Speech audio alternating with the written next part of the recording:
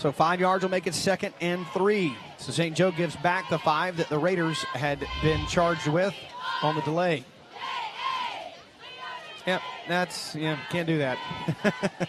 And he knew it. Watson knew it. No doubt. If you're part of this JA team, that's certainly what you like to see. You go from 2nd and 8 to now we're looking at 2nd and 3. So that's definitely working in your favor there. Play clock under 10 already. Dent, direct snap, ball is loose. It was just a bad snap, and the Raiders are going to lose the football to the Bruins and have to go back on defense. A great heads-up play defensively by number 40, Joe Pearson, the linebacker, jumping on the loose ball. Yeah, tough break there. I couldn't really tell what happened, but the ball just never came off the ground. And you could tell Dent didn't realize what was going on. If the ball had gone over his head, and he missed it, and he finally realized and tried to get down there to it, but it was too late. I don't know if maybe that ball was wet and it just slipped through the center's hand or what happened, but he had no shot of getting that thing off the ground.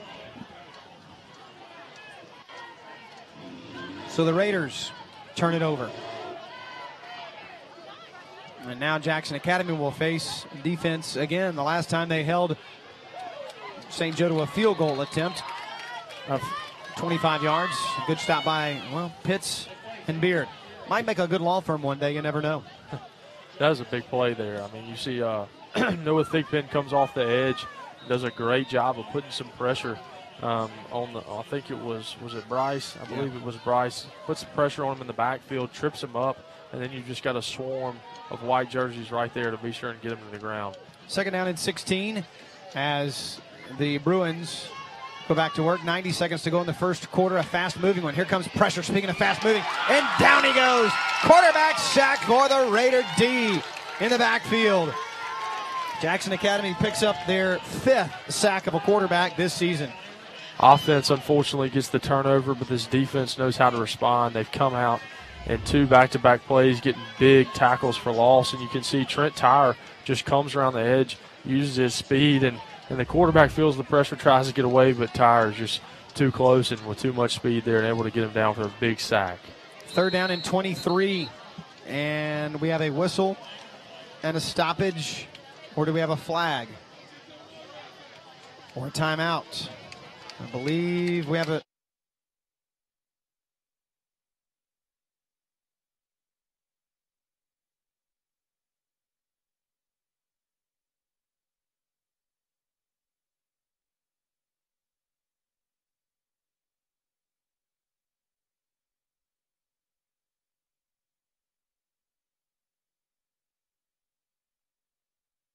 En el año 1994.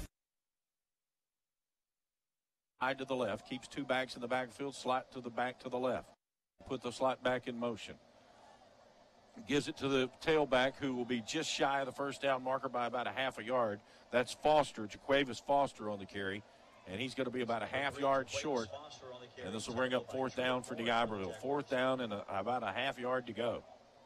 Offensive unit staying on the field, no sign of a punter. And D'Iberville's going to go for it here on 4th and short. Big 4th down here. Heslowski underneath center, looks to the sidelines. Clock going to roll down to 10. They may call a timeout, backs. Still have not got a play call from the sideline.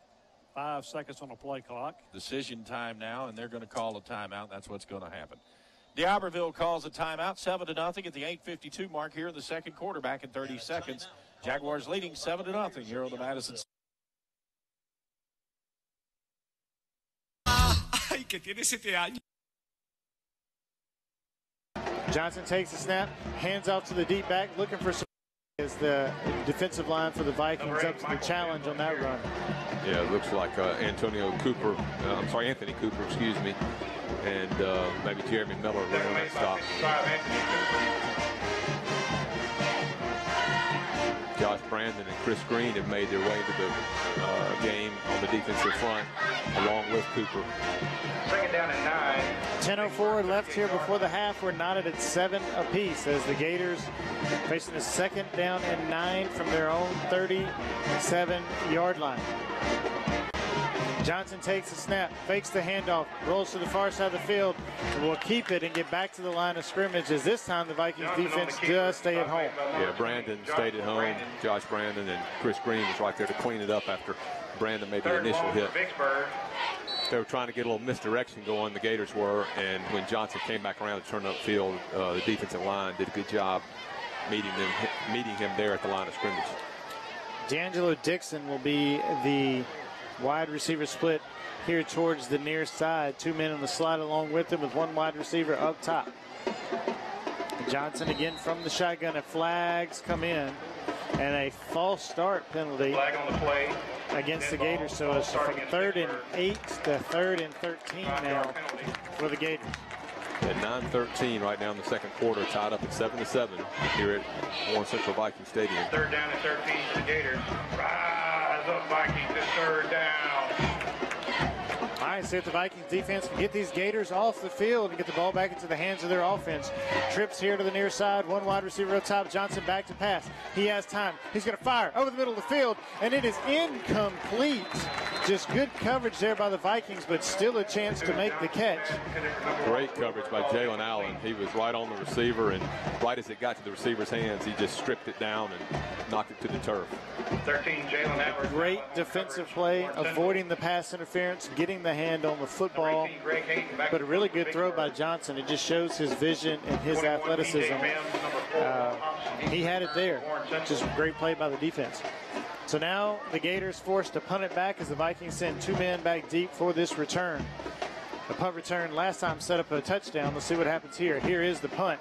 A high, spiraling, booming kick. Walt will take in, avoids the tackle, working back this way across the field to 25, up across the 30, and down to the 34-yard line. Hobson returns the punt to the 34. Dangerous return. Looked like that guy was going to tee him up right when he caught it, but he did a nice job evading the first tackler and picked up some positive yards for the Vikings. That was an unbelievable punt. Just a tight spiral off the foot. Look, Greg Hayden is a really good kicker for the Gators. He's their punter and their place kicker and does a good job for them. All right, 8:40 left here before the half. Vikings with the ball, a chance to see if they can do something and get the lead in this game. As Barnum will trot the offense out onto the field. He's got Zachary Cochran as the lone man behind him. I believe I saw that right, number 38. There is a snap, and it is a handoff straight up the middle, running room across the 40, the 45, inside to the 50, down to the 48-yard line. That's Jerry Stovall, the young sophomore that's done a good job so far this year. He just hit the hole fast and hard. He did. You're right. It was Jerry Stovall, not I'm sorry, not Zachary Cochran. I had that wrong. Stovall's not a big guy, but he runs hard. Man, he had a nice run there.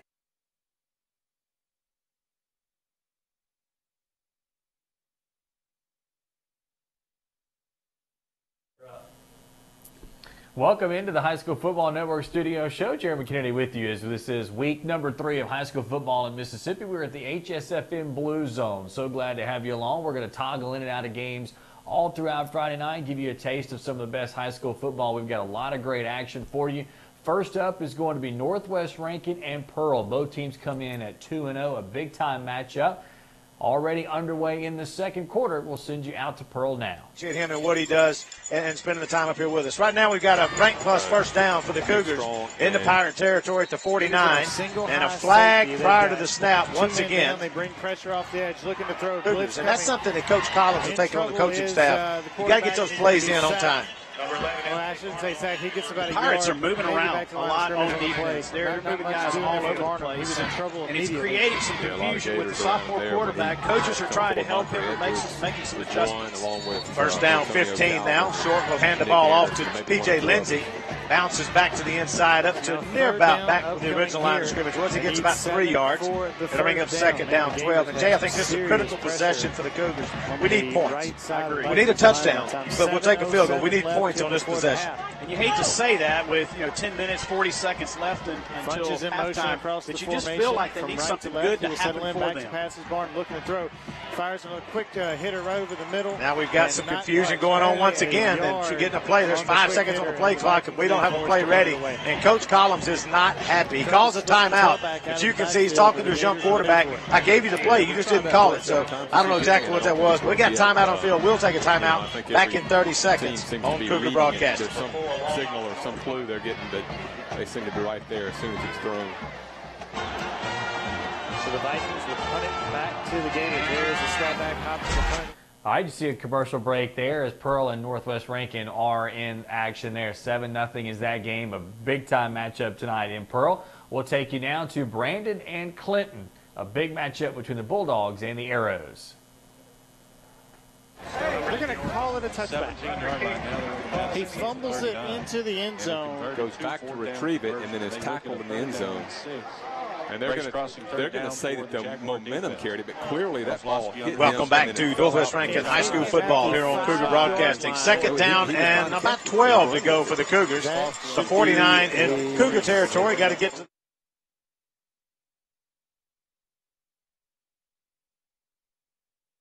throw to. He tucks it and gets it maybe a yard gain. We're going to bring up third down and 11, a CIA Autoplex third down opportunity. And they were well covered. Pearl is well versed out there. I was looking, watching number 11, Demario Nichols. He's 6'1", 171-pound senior, locked up against Jarian Jones. Jarian Jones getting a little frustrated. You can just tell it by some of his actions that we can see from here. On third and 11, Cameron Carroll comes back into the backfield. Generally, you think of passing down, but not with Cameron in the backfield. Cameron swings out to the left, short rolls to the right, throws it to Carson Banks, a short pass, and there immediately is Willie Brown to take him down on a short gain of a yard. It'll bring up fourth down 10 for the Cougars. Well, we know they're a John Perry team. They're going to be coached well in all phases. But I tell you, this team can really tackle. They're fast, they take great angles, and they tackle well. That was an opportunity to break one right there, get around the edge, maybe pick up a first down. But number one, Willie Brown, no way getting away from him. A solid tackle right there at the 49-yard line. Houston Smith on to punt once again. This is fifth punt of the night. Of D'Iberville. Line of scrimmage, the 49 into Pearl territory, and a whistle prior to the snap again. I don't see a flag. They're not throwing flags. They're just, there's the flag. Another delay of game. Another delay of game on a punt.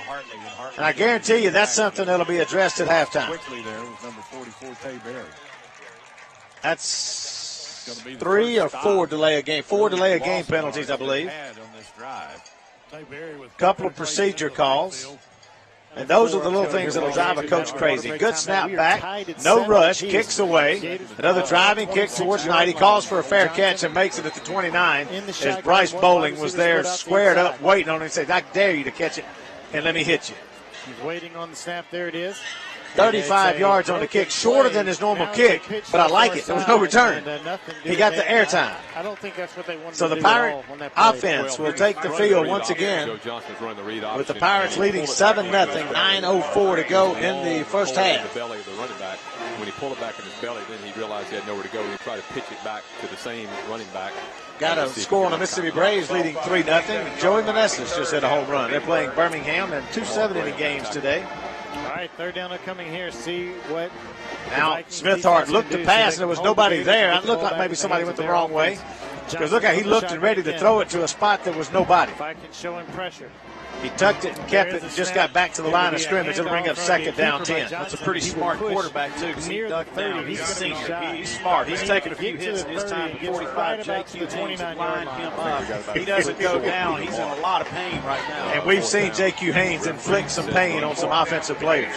Second down 10 for the Pirates. Smithhart drops back, looks to his right. Now he scrambles out of the pocket trying to find some room, and he will get hit by number 30, Taylor Hunt, taken down, but not before a gain of about 6 on the play. The ball came out, but the ground forced it to come out. The ground can't cause that fumble, so third down 4 for the Pirates. We've had really one drive tonight where we tried to just pound it right down the throats. We did a really good job.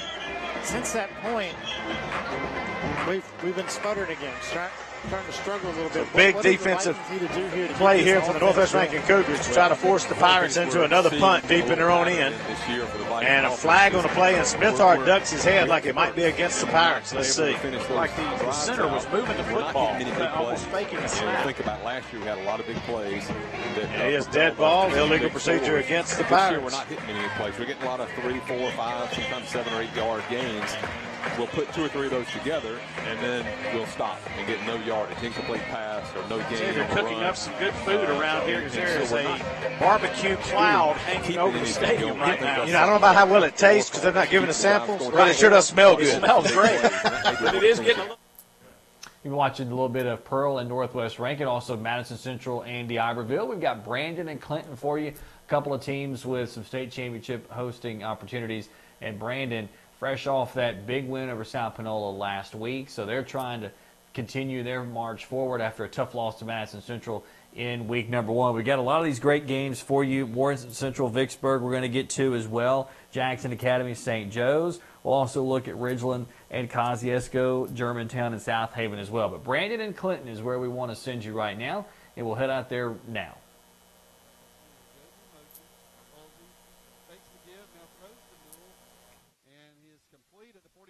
Breaks a tackle, and he's driving. Tackler's forward to the 45-yard line of the Bulldogs. And a good, strong run after the catch for Newell.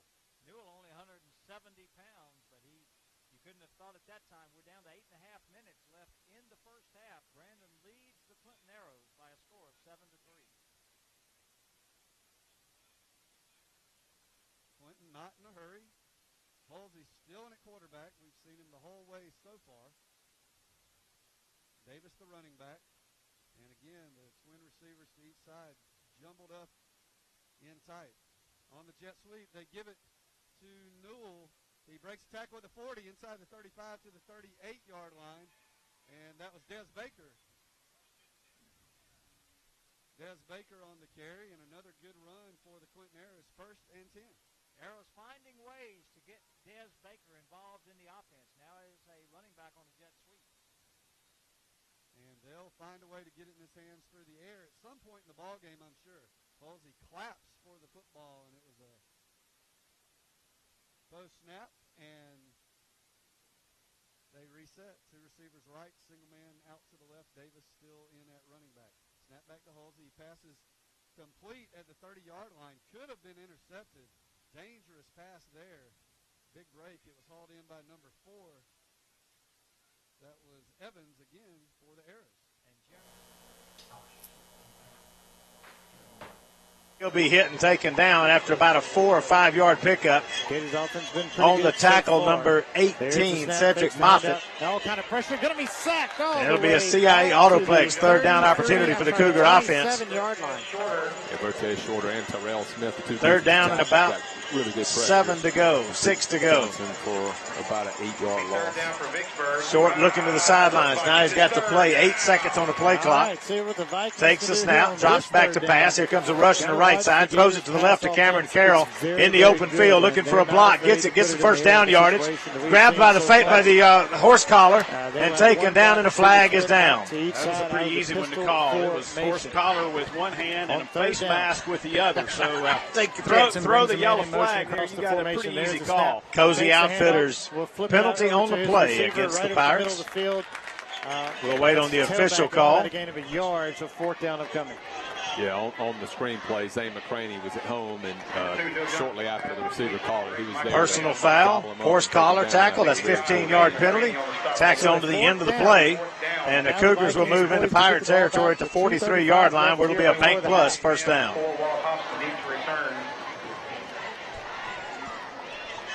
We know the Gators can punt. We've seen it. A low snap. The kicker gets it and gets They still have 3rd down on the chain marker. They have to change that to 1st. Now they got it right. Now Short drops the pass. Looks deep down the left side. He's got a man there. It's Jarian Jones. Incomplete. And that's where he will go down. running stride for stride with him was number 18, Cedric Moffitt, and he knocked it away. That was great coverage, a good pass, and just, what do you say? You just tip your hat and say you won that one. And he's not a big guy out there, 5'9" and about 160 pounds or so, not a big guy, but he got his hands in there and he stripped the ball loose. That's just a good job of playing defensive back.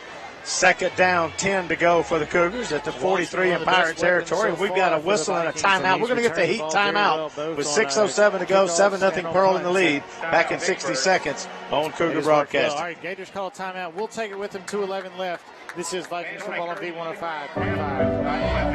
You made a promise to teach, to provide,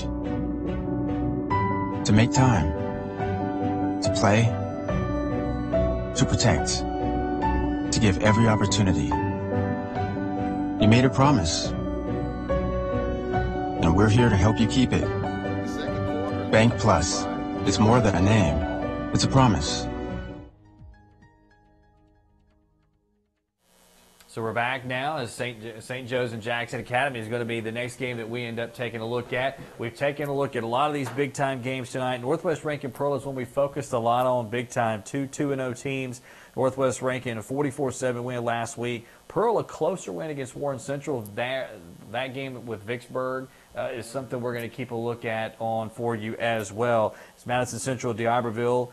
Take a little break, we'll be back to action. But right now we'll go to the MAIS, St. Joe's and Jackson Academy at St. Joe's tonight. That one, 3-0 St. Joe's early. We'll take you out to that one now. I'm not sure. Watch the Raiders quickly take the lead on 10 unanswered points. Looks like Keontae Lumpkin that lost his helmet. He's got to come to the sidelines for the Vikings. Now they'll stretch the chains. 1:56 left before the half. We are knotted at 7. And tough to see from that angle. Barnum again after the shotgun trips to the top side of the field. Punches in motion across the formation. There's a snapback. Barnum looking to throw. Has time. He's going to fire a wheel route. Looking for punches down the sideline, and it's incomplete at the 25. Just a little too far. Ball up to the 43-yard line. He was open just a little too far for him. Yeah, a little far, and looks like he maybe pulled up just a little bit, but you know, it's one of those plays, just another yard. So Walker Benner now has on the money. 3 touchdowns. Excuse me, 2 touchdowns on the season, and he's over 100 yards of receptions. 7 here for the Vikings. 1:39 left on the clock. And he's out there on defense again, I believe, too. And with it cooling down a little bit, pressure, and they bring you could probably get some more airtime out there on DB and offense. He's got glass. Down the field. Now Lott hands it off to Thornton. Thornton swallowed by white jerseys. They're trying to rip that ball out of there. And you have Whitehead had to adjust and unable to bring it in, and the Beard Vikings and company to be forced helping to punt out. it away. You see, look at Trent Tyler, and just immediate penetration through that offensive line into the backfield, disrupting the play. He didn't get the tackle, but he disrupts the play, and then your other defensive linemen are in position to make a play. The tackle for no gain, going to bring up 2nd and 10. The Gators aren't ready, and there is the punt. 2nd and 10, no gain on the play. Ball resting at the St. Joe 43. Died down at the 16-yard line. Lot to pass, steps up in the pocket, fires downfield, and overshoots his intended receiver. Johnny Myers got bumped a little bit, but it was more along the lines that he realized the ball was going to sail over the head of the intended target, Harrison. And so he just kind of... And let's see what happens here. 3rd down and about 12 yards to go now for the first down. Halsey with 1 man in the backfield. That is Garner. Garner, the running back, for the Airs. 2 receivers to each side. Brandon showing blitz. Middle of the field's going to be wide open. He's got him wide open, and he overthrows his receiver. Is that Evans? Number 5, Baker. Wide open, and Halsey just overshot. That was an easy 6. It was indeed. They read the blitz. They had the perfect play call. You saw it coming. We all did. And Halsey will be kicking himself for that just a little bit. We will see Tucker barefoot again. And Halsey set to hold for him, placing it down at the 31. 41-yard attempt is in order. Wow, Baker, great route. Got good separation. He was wide open, and Clinton couldn't take advantage of that one. Barefoot with a 41-yard attempt here. Snapback is high. The hold is good, and the kick is no good. Wide left. So Barefoot misses it left. 5:33 left first half. Brandon 7, Clinton 3. And we'll keep it right here as they're going to come back pretty quickly between possessions. That drive was so promising for the Arrows, and then the 12 men on the field penalty.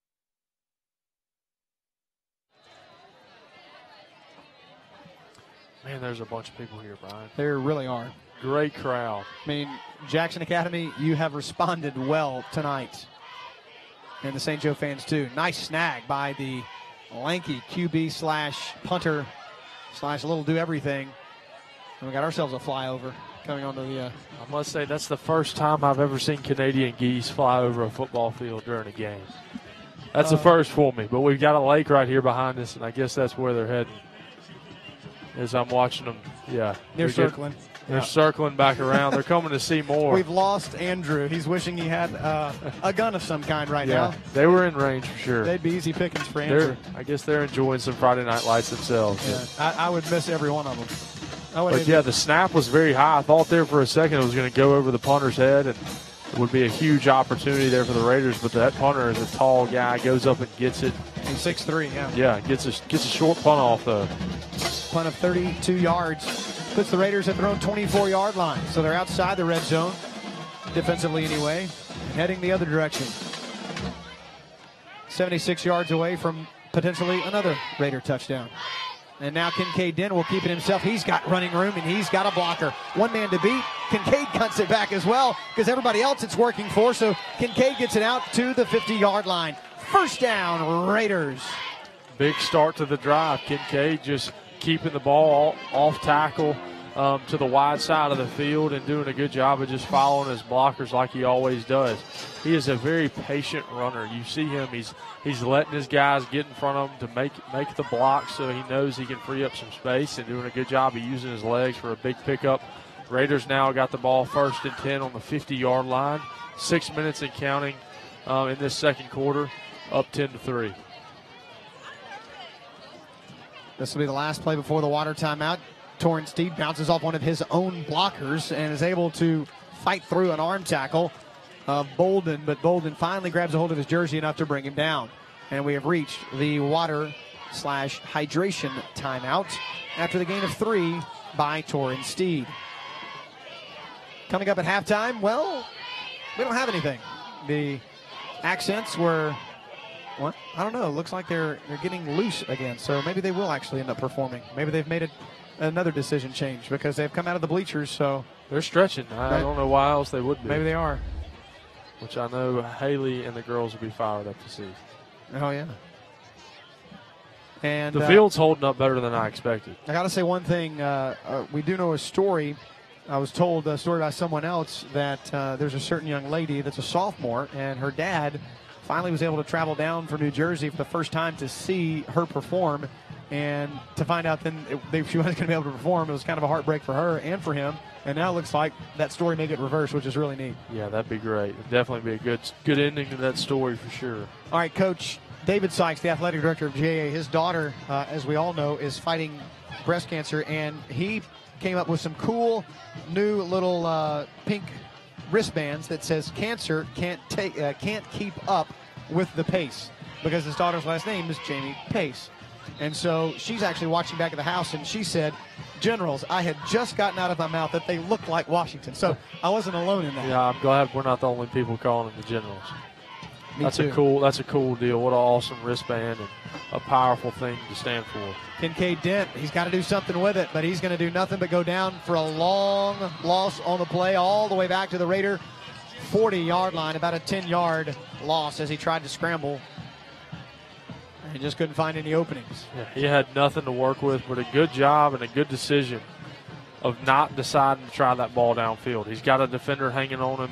You think for a second he might try and get rid of it to avoid the big loss, but just keep it, go to the ground, protect the football, and give yourself to having another chance. 3rd and 20 now for Jackson Academy.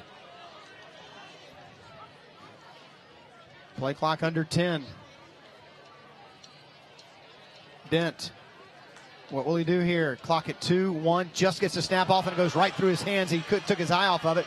Now he picks it up, tries to do something with it. He'll dump it off and right through the hands of Carney. Not a bad thing there, actually, because he had a defender breathing down his neck. So now they'll have a little more breathing room on this upcoming punt.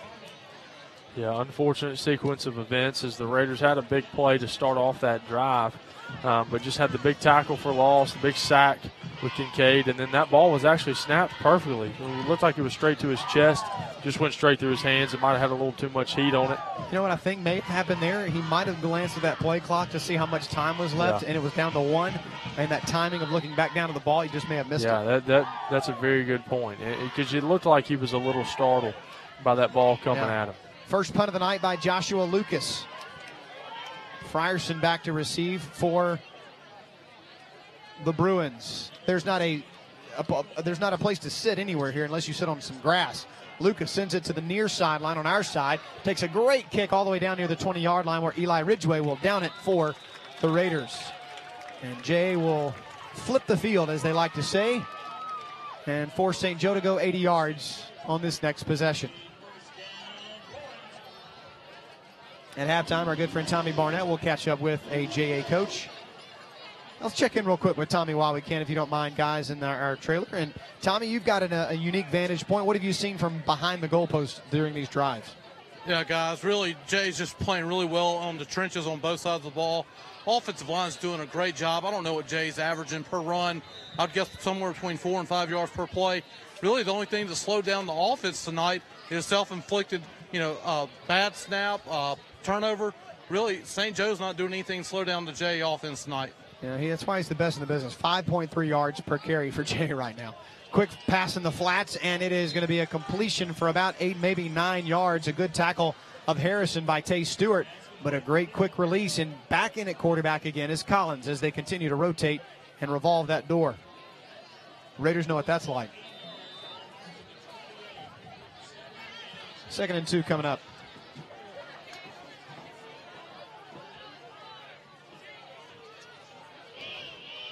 Now Collins sends the man to his left now. Fakes it to Thornton, looks downfield. Has a man out there, caught in front of Myers by Frierson. And Jackson Academy has watched 2. So we've been watching JA and St. Joe's. We've got a lot of great games for you. Pearl and Northwest Rankin has been pretty good. Madison Central, D'Iberville. We're going to check back in with all of those games coming up. But right now, we want to send you to a big-time matchup, Meridian and Hoover. A big one for the Wildcats trying to pick up their first win of the season. I saw that one myself. And that'll back us up 5 more yards. So that's false start by the Cats. That was on the offensive line. That'll back us up. Cats got to get settled down. Should be settled down by now, late in the second quarter. That's something that I'm sure the coaches will address here coming up with our first home game approaching. That'll put us back behind the sticks again. We're looking at 2nd and 12 now for the Cats. Ball is spotted at the 18-yard line of Meridian. Quick snap there, ball passed out quickly. Number 9, Kurt Martin makes one man miss, keeps moving, and he almost picked up enough yards for the first down. Well, look where they mark him out of bounds there. Ball was marked at the 18. He's pushed out of bounds at the 28, so that'll be a gain of 10. It'll bring up 2nd. They'll push him back a little bit more. So about the 27. So that'll bring up 3rd and 3. And I think that's what worked for Meridian. Just the quick out passes, use your speed against this team. Meridian is quicker on this team, quicker than. Ball is snap, handed off to Jaquarius Dean off the right side. His forward progress will bring him down to right at about 1 yard shy. We'll see where they mark it at. They'll mark him at the 29.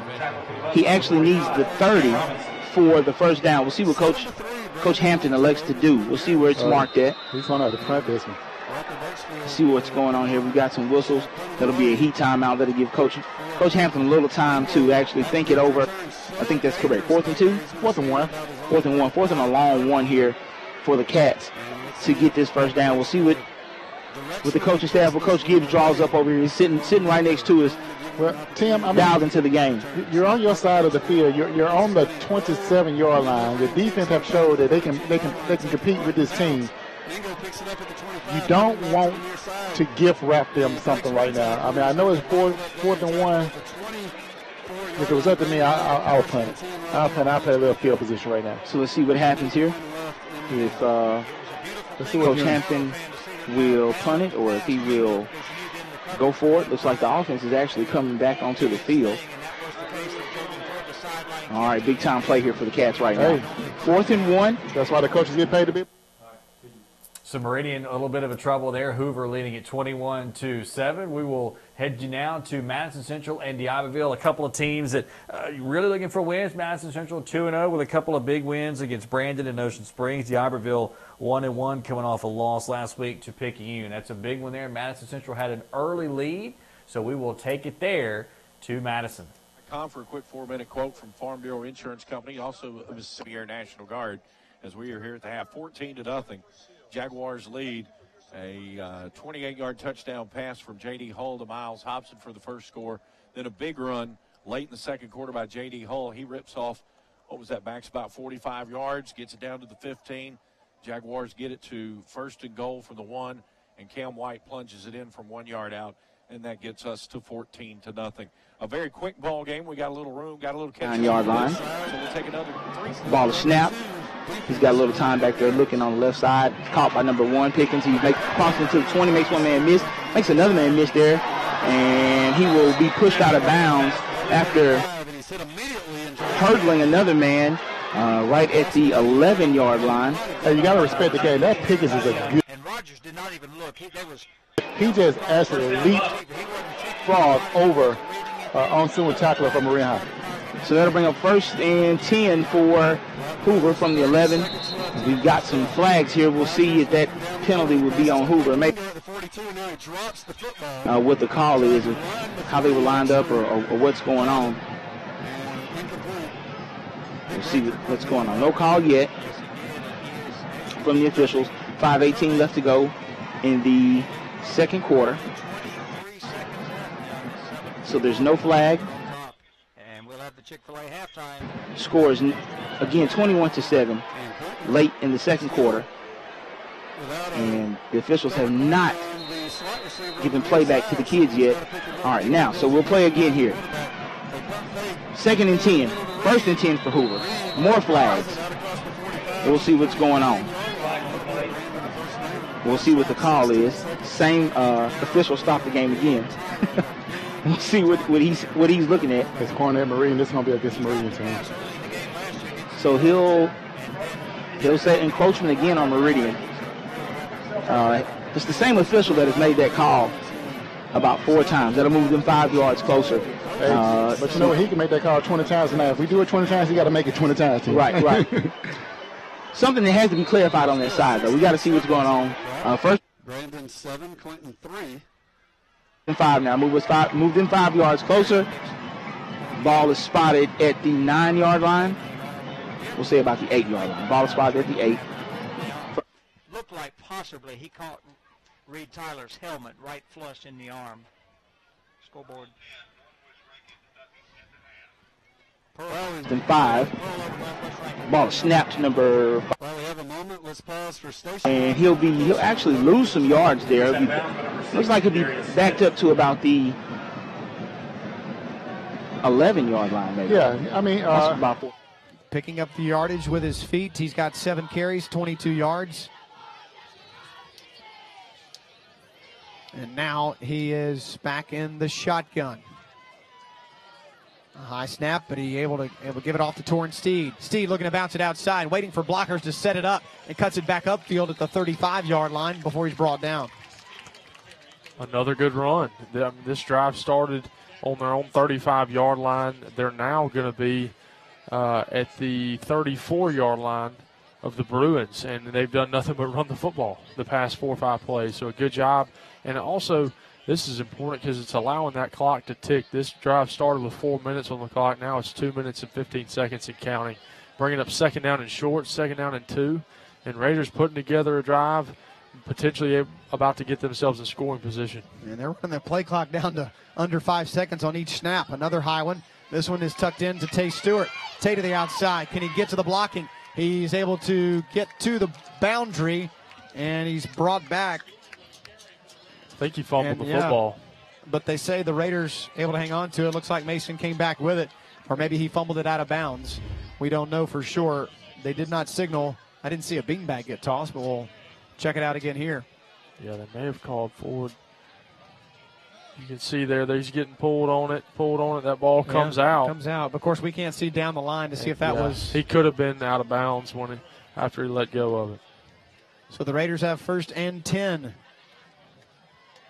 Ball resting just outside the 20. Dent takes it himself up the middle. They're continuing to stretch and rip at that football. Not much room to work with there. Pickup of about 2 yards. Bring up 2nd and 8. Clock's at 1 minute and 15 seconds and counting. This Raider offense is still on the field. No huddle. Out of the shotgun. Ball right at the 20. 2nd and 8. And now it's Steed. Steed to the outside. He's got room to the 10. Steed still searching for that first score of the season. They're trying to feed him the football. A great open field stop by Hayden Bryce. That's a heck of a run by Steed. Stuck his foot in the ground as the defender was in his face. Got north and just kept running and made some guys miss and almost able to get out of bounds, but he moved the chains. The clock's continuing to tick. And it should have stopped there for the spot of the first down, but I guess they just assumed it was, it was quickly moving there. But the Raiders are just going to try to cash in anyway. 30 seconds to play, and Dent runs into Steed. So Steed's, does he have another busted play touchdown in him? Not this time. The Raiders are going to have to burn a timeout, and they will at 24 seconds to go. Looks like they're going to take a timeout here. You would think, but that clock has continued to tick. Yeah, he had 24 seconds on the clock when he called the timeout, but it continued to tick down to 18. But, yeah, just a botched play there. Looked like miscommunication. Dent thought he was handing it off. Steed didn't think he was getting the ball, and they ran into each other and had to try and make the most of it, and unfortunately was brought down for a loss. Only a loss of 1. 2nd down and goal coming up here at the 10-yard line. So still plenty of time with 1 timeout remaining now for the Raiders. They can still go to the ground again if they want to here, still call a timeout, or they can opt to go in the air. That's right, and you've got the weapon in Land Gebhardt. He's been very accurate, very consistent this year, so you feel confident in getting 3 points, but got a good opportunity. We'll see how many he picks up. Looks like they'll give him about 2 on that carry. Dean, with those quick feet, able to make one man miss and get outside and bring up 2nd and 8. 9 for the Cats. So we only got 1 there. Cats will go quickly here. 16 years, our focus on slot. Jaquarius Dean will line up wide again. Be 3 wide receivers to the right side, 1 to the left.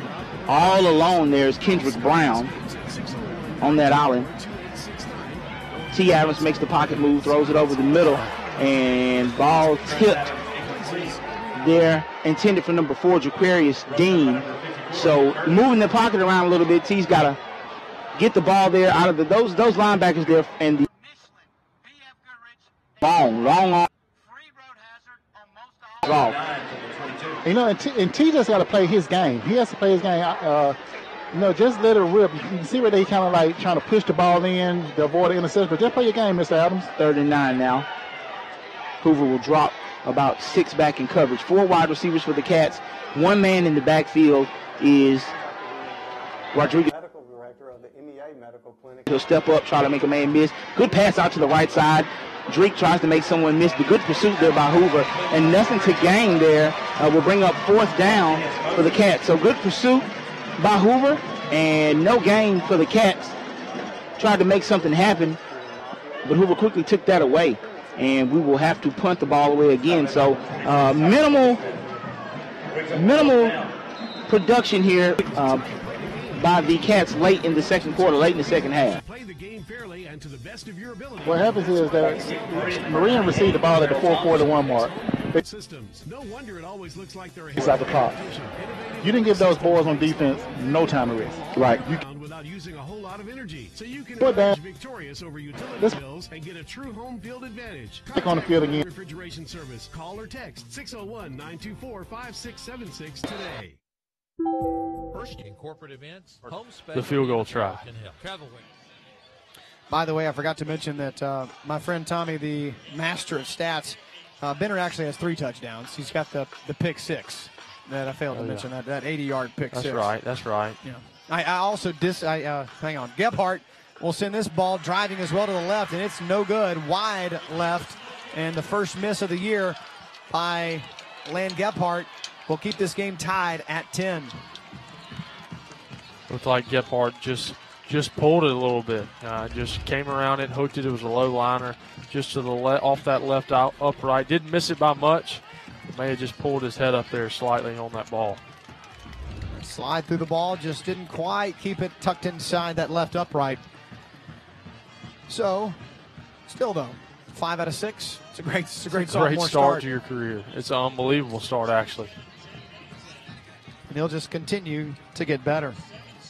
So 7 seconds left on the clock. That's all St. Joe has left. And as Tommy has told us through messaging, the defensive line is just manhandling right now St. Joe's offensive line. So they're going to go into victory formation and kneel it down here and head into the locker room. Very content are the Bruins with a halftime tie ball game of 10-10.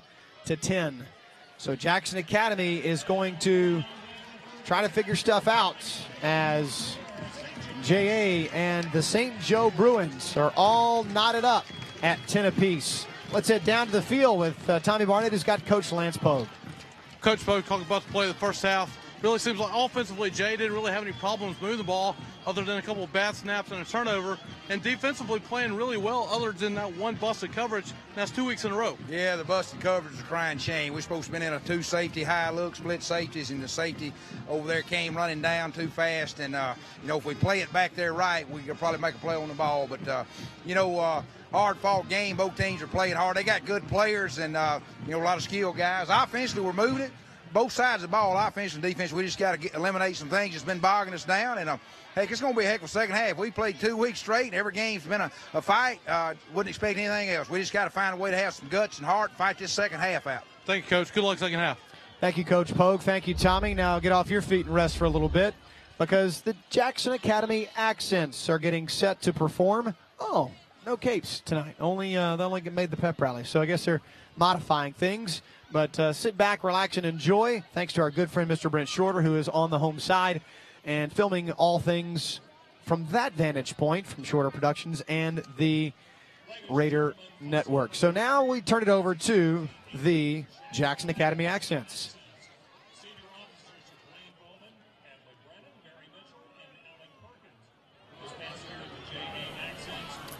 Big moment there at the end of the J.A. St. Joe's game as the Raiders were trying to punch it in. Couldn't do so. A big hit in that secondary led to the missed field goal. Good to have you again.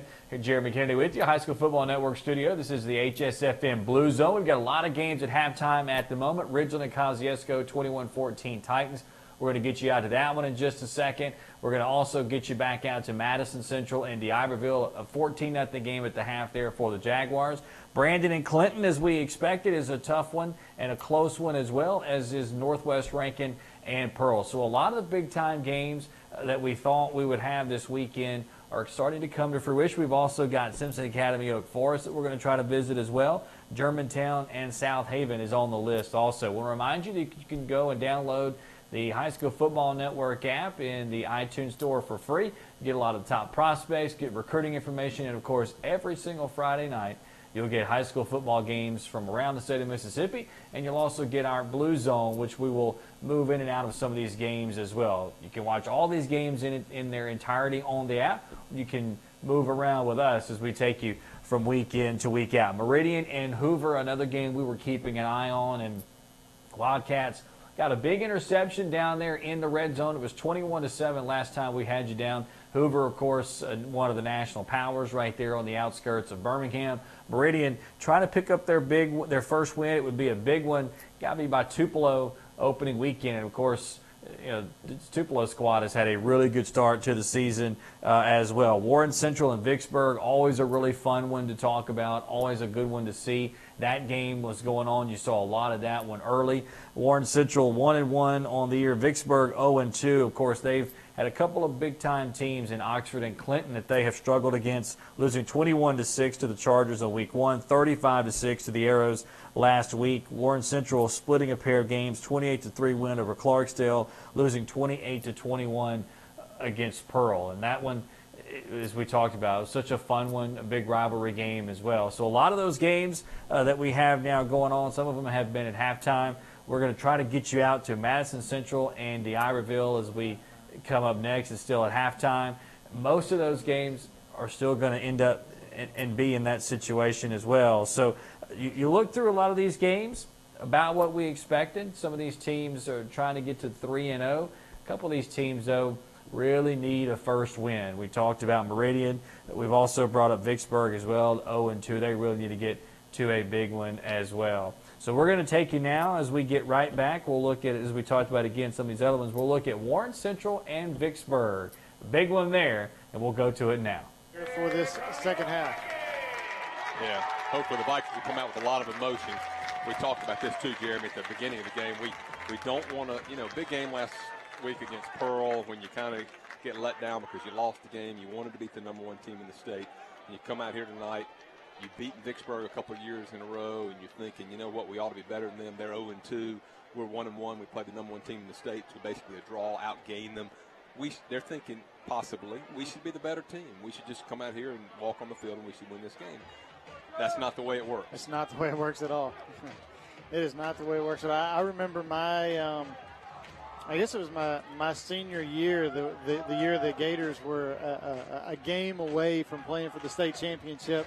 I think they went for 6 two-point conversions. They didn't get any of them. Ended up dropping the game by 5 points against Starkville. And wow. The third quarter is brought to you by Thomas & Thomas Security.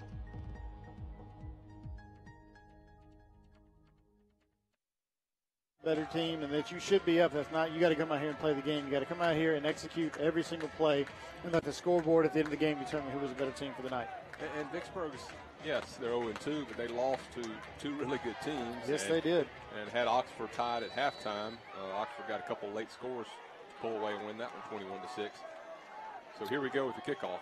All right, and here is the kick, and it is a pooch kick toward the far side of the field. It's going to be fielded about the 9-yard line, coming back across the field, 10 to 15, up the field across the 20, to 25 to 30, 35, 40. Cuts back across the 45 and down to the 47-yard line. A nice return. Yeah, Anthony Funches on that by return. Funches. I was wondering what he was doing at first because he let the ball hit the ground, but it bounced right to him, and from there he just used his speed and got to the left side of the field and picked up some really good yardage. Again, the offense starting in very good field position. Let's make something happen here. Ball will be spotted at the 47-yard line. It's a Warren Central first down. Well, let's see what the Vikings can do as we start this second half. And here comes Fred Barnum onto the field. And he's going to bring with him 4 wide receivers. And they will be stacked 2 to each side. And he's got the tailback, Corey Wilson, right off to his right shoulder. There is the snap back. Play action looking to throw. He's in trouble. Oh, he fumbles the football as he's hit immediately. And the Vikings, I think, fell back on it. Wow, nope. Vicksburg Vicksburg got it. Oh, my. Well, the Vikings come up with it. No, okay. Okay, yeah, I was wondering. I was like, there's not a Gator that's holding the ball. We have the ball. Yeah, Mac Foley, the center, alertly jumped on the ball. I'm not sure what happened with Barnum. He went back to pass, and it either slipped out of his hand or maybe he got hit when he was going to throw it. But the ball, we had an open receiver at it for a screen, and the ball just fell to the turf, and Mac Foley alertly jumps on it. Well, the Gators have been getting good pressure right up the middle, and on that play, one that may take a little longer to develop, Gators able to get pressure there on Barnum and cause the fumble. Fortunately, an alert play to fall on the ball and maintain possession, but it will bring up 2nd down and 12 here for the Vikings.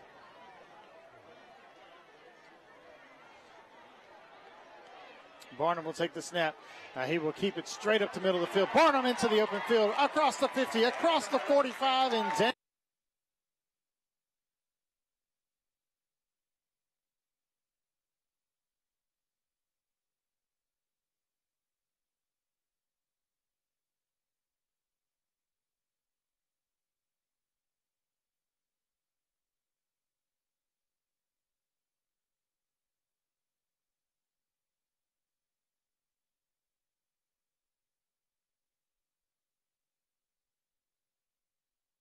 By the Gators. Cheer for a lot longer than just the first football game. The half. Total offense for Northwest Rankin, 123 yards to Pearl's 122. Number of plays, 27 to 29, Northwest to Pearl. Passing 14 yards for Northwest Rankin, 45 for Pearl. On 5 of 10 for the Cougars, 6 of 11 for the Pirates. And the rushing, 17 attempts for Pearl, 18 for Northwest, 18 for Pearl. And receiving, that was 6.4 yards, 109 yards for the Cougars, 77 yards for the Pirates. Receiving, as we mentioned on the passing, 14 and 45. 4 penalties for 20 yards for the Cougars, 5 penalties for 44 yards for the Pirates. The Cougars punted the ball 6 times, 38.5-yard average. The Pirates punted it 4 times for 39.3, so real even with their time of possession, 12 minutes for the Cougars to 6 minutes for the Pirates. Pearl had 6 first downs to Northwest 4. Third down conversions. The Cougars were 2 of 9. Pirates are 0 of 9. Philip Short, 5 of 10 for only 14 yards through the air. Jake Smithart, 6 of 11 for 45. Cameron Carroll carried the ball 11 times for 87 yards. Johnny Winston carried the ball 8 times for 64 yards. D. Baker, 1 reception for -4. Got to work on that. No receptions for Jarian Jones, 3 for Carson Banks for 8 yards. Dylan Kelly had 5 receptions for 39 for the Pirates. That's your first half stats. And Northwest Rankin trailing 10-0 coming out of the locker room for the second half. And Jay, when you look at that, the first thing that really stands out to me is the lack of passing yards for the Cougars. And I think that's something they had to address at halftime. You're going to have to throw the football with a little bit more success in the second half to continue to open up the running game. Carroll did a good job of 87 yards in the first half, but they were still keying on him. D. Baker has got to emerge somewhere. You got to find him, get him the football. Whether you get it to him out of the backfield, you got to give him something. And Jarian Jones need to wake him up as well. So that's a couple of guys that need to get in. I think the line of scrimmage, both on the offensive side, defensive side, are key here in the second half. Jay, if I'm sitting there trying to recall all the plays of the first half, where Jarian Jones was the intended receiver, and it was by the Pirates that broke it up. And I'm trying to remember even another pass attempt in the direction of Jarian Jones, and I don't remember one. I don't believe there was another one. And, those two guys have been 2 critical key guys first 2 games. They have to reappear. Great players find a way, even against a tough defense, they find a way to make something happen. So those 2 young men need to find that here in the second half. The other play with Jarian Jones is if we're going to force Pearl into a punting situation, he's got to move up. He's got to get closer. Don't back away. Move up. Try to get to where he can be in a position to field a punt and give him an opportunity to use that skill on a punt return as opposed to backing away and letting it bounce. If you're going to let it bounce, let it roll, do it because it went over your head. Exactly. Be a little more aggressive. I completely agree with that. That's something special teams is what could turn this whole tide of this football game back into the favor of the Cougars, and he's somebody that can make something happen in the special teams play. The Cougars are going to kick off. Brady Gross will kick it away. Hobson will stand on his own 35. The Jaguar defense stops D'Iberville on their opening possession of the second half. Both teams are going to punt it away on their opening possessions of the second half. Gross will take the snap. And a nice kick. Miles Hobson will call for the fair catch. And it'll get over his head, and then it'll bounce and be stopped and downed at the 13, 14-yard line. And that's where the offense of Madison Central will go to work. That ball just kept going and kept going. Looks like Hobson had a bead on it, but drifted over his head. He wisely just let it go. So the Jaguars on their second possession of the third quarter went 3 and out on their opening possession. Will go to work with Cedric Beal in the backfield. Trip receivers set to the left, 1 to the right. Cedric Beal, the tailback for Madison Central. Looks at a 4-down front from D'Iberville. J.D. Hull wants to change the play, looks to the sidelines.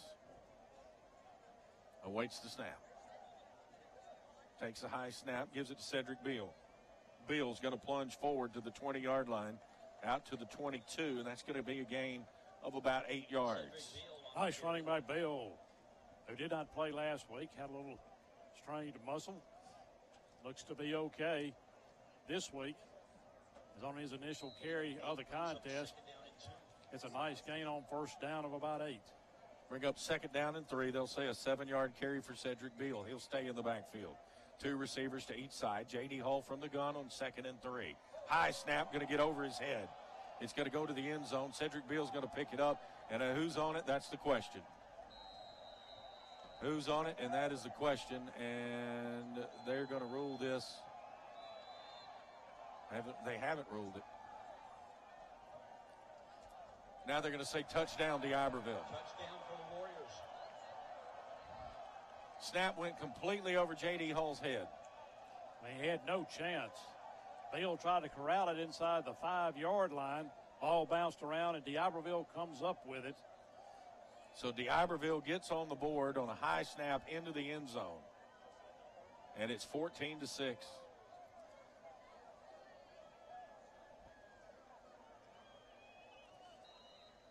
Boy, that's not what you wanted to see here.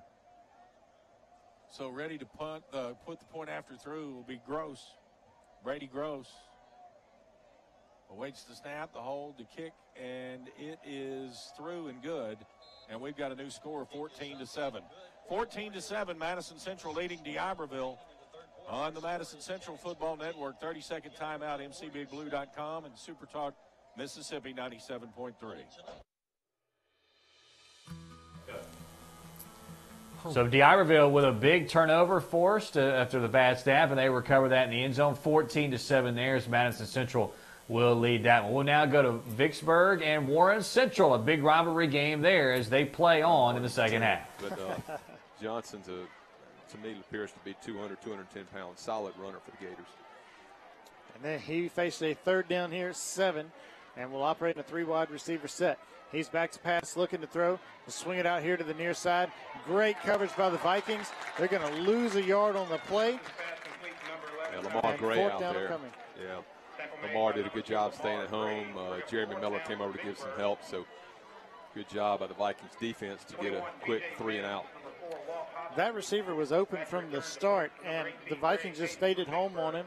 They realized that's probably where the ball was going. They just kind of let it develop and then converged on the tackle. End up losing a yard, and now the Gators have to punt it right back to the Vikings. 7:20 left here in the 3rd quarter. 14-7. Gators punting left to right. It's a low snap. The punter able to get it. Nice punt fielded by Walt to 35 across the 40, the 45, into Gator territory, the 50, and he'll be wrapped up there and dropped at the 49-yard line. Well, good field position again for the Vikings. Nice punt return team, good blocking, and Walt picks up a few yards, and the Vikings are in good position again. 7 minutes left, up 14-7 here in the 3rd quarter. 14 unanswered points scored here by the Vikings to get this lead back. And on that last drive, it really looked like, outside of the first play where they had the fumble, they were very composed every play after that. Yes, there was a face mask penalty on that drive, but that was after already a really positive run by Funches. So, and they just kept it rolling down. Really liked what I saw in that last drive. See what the Vikings can do here as Barnum will stack 3 to the top, 1 here to the near side. Well, 2 things real quickly. We started with good field position after kickoff, and we're starting with good field position here.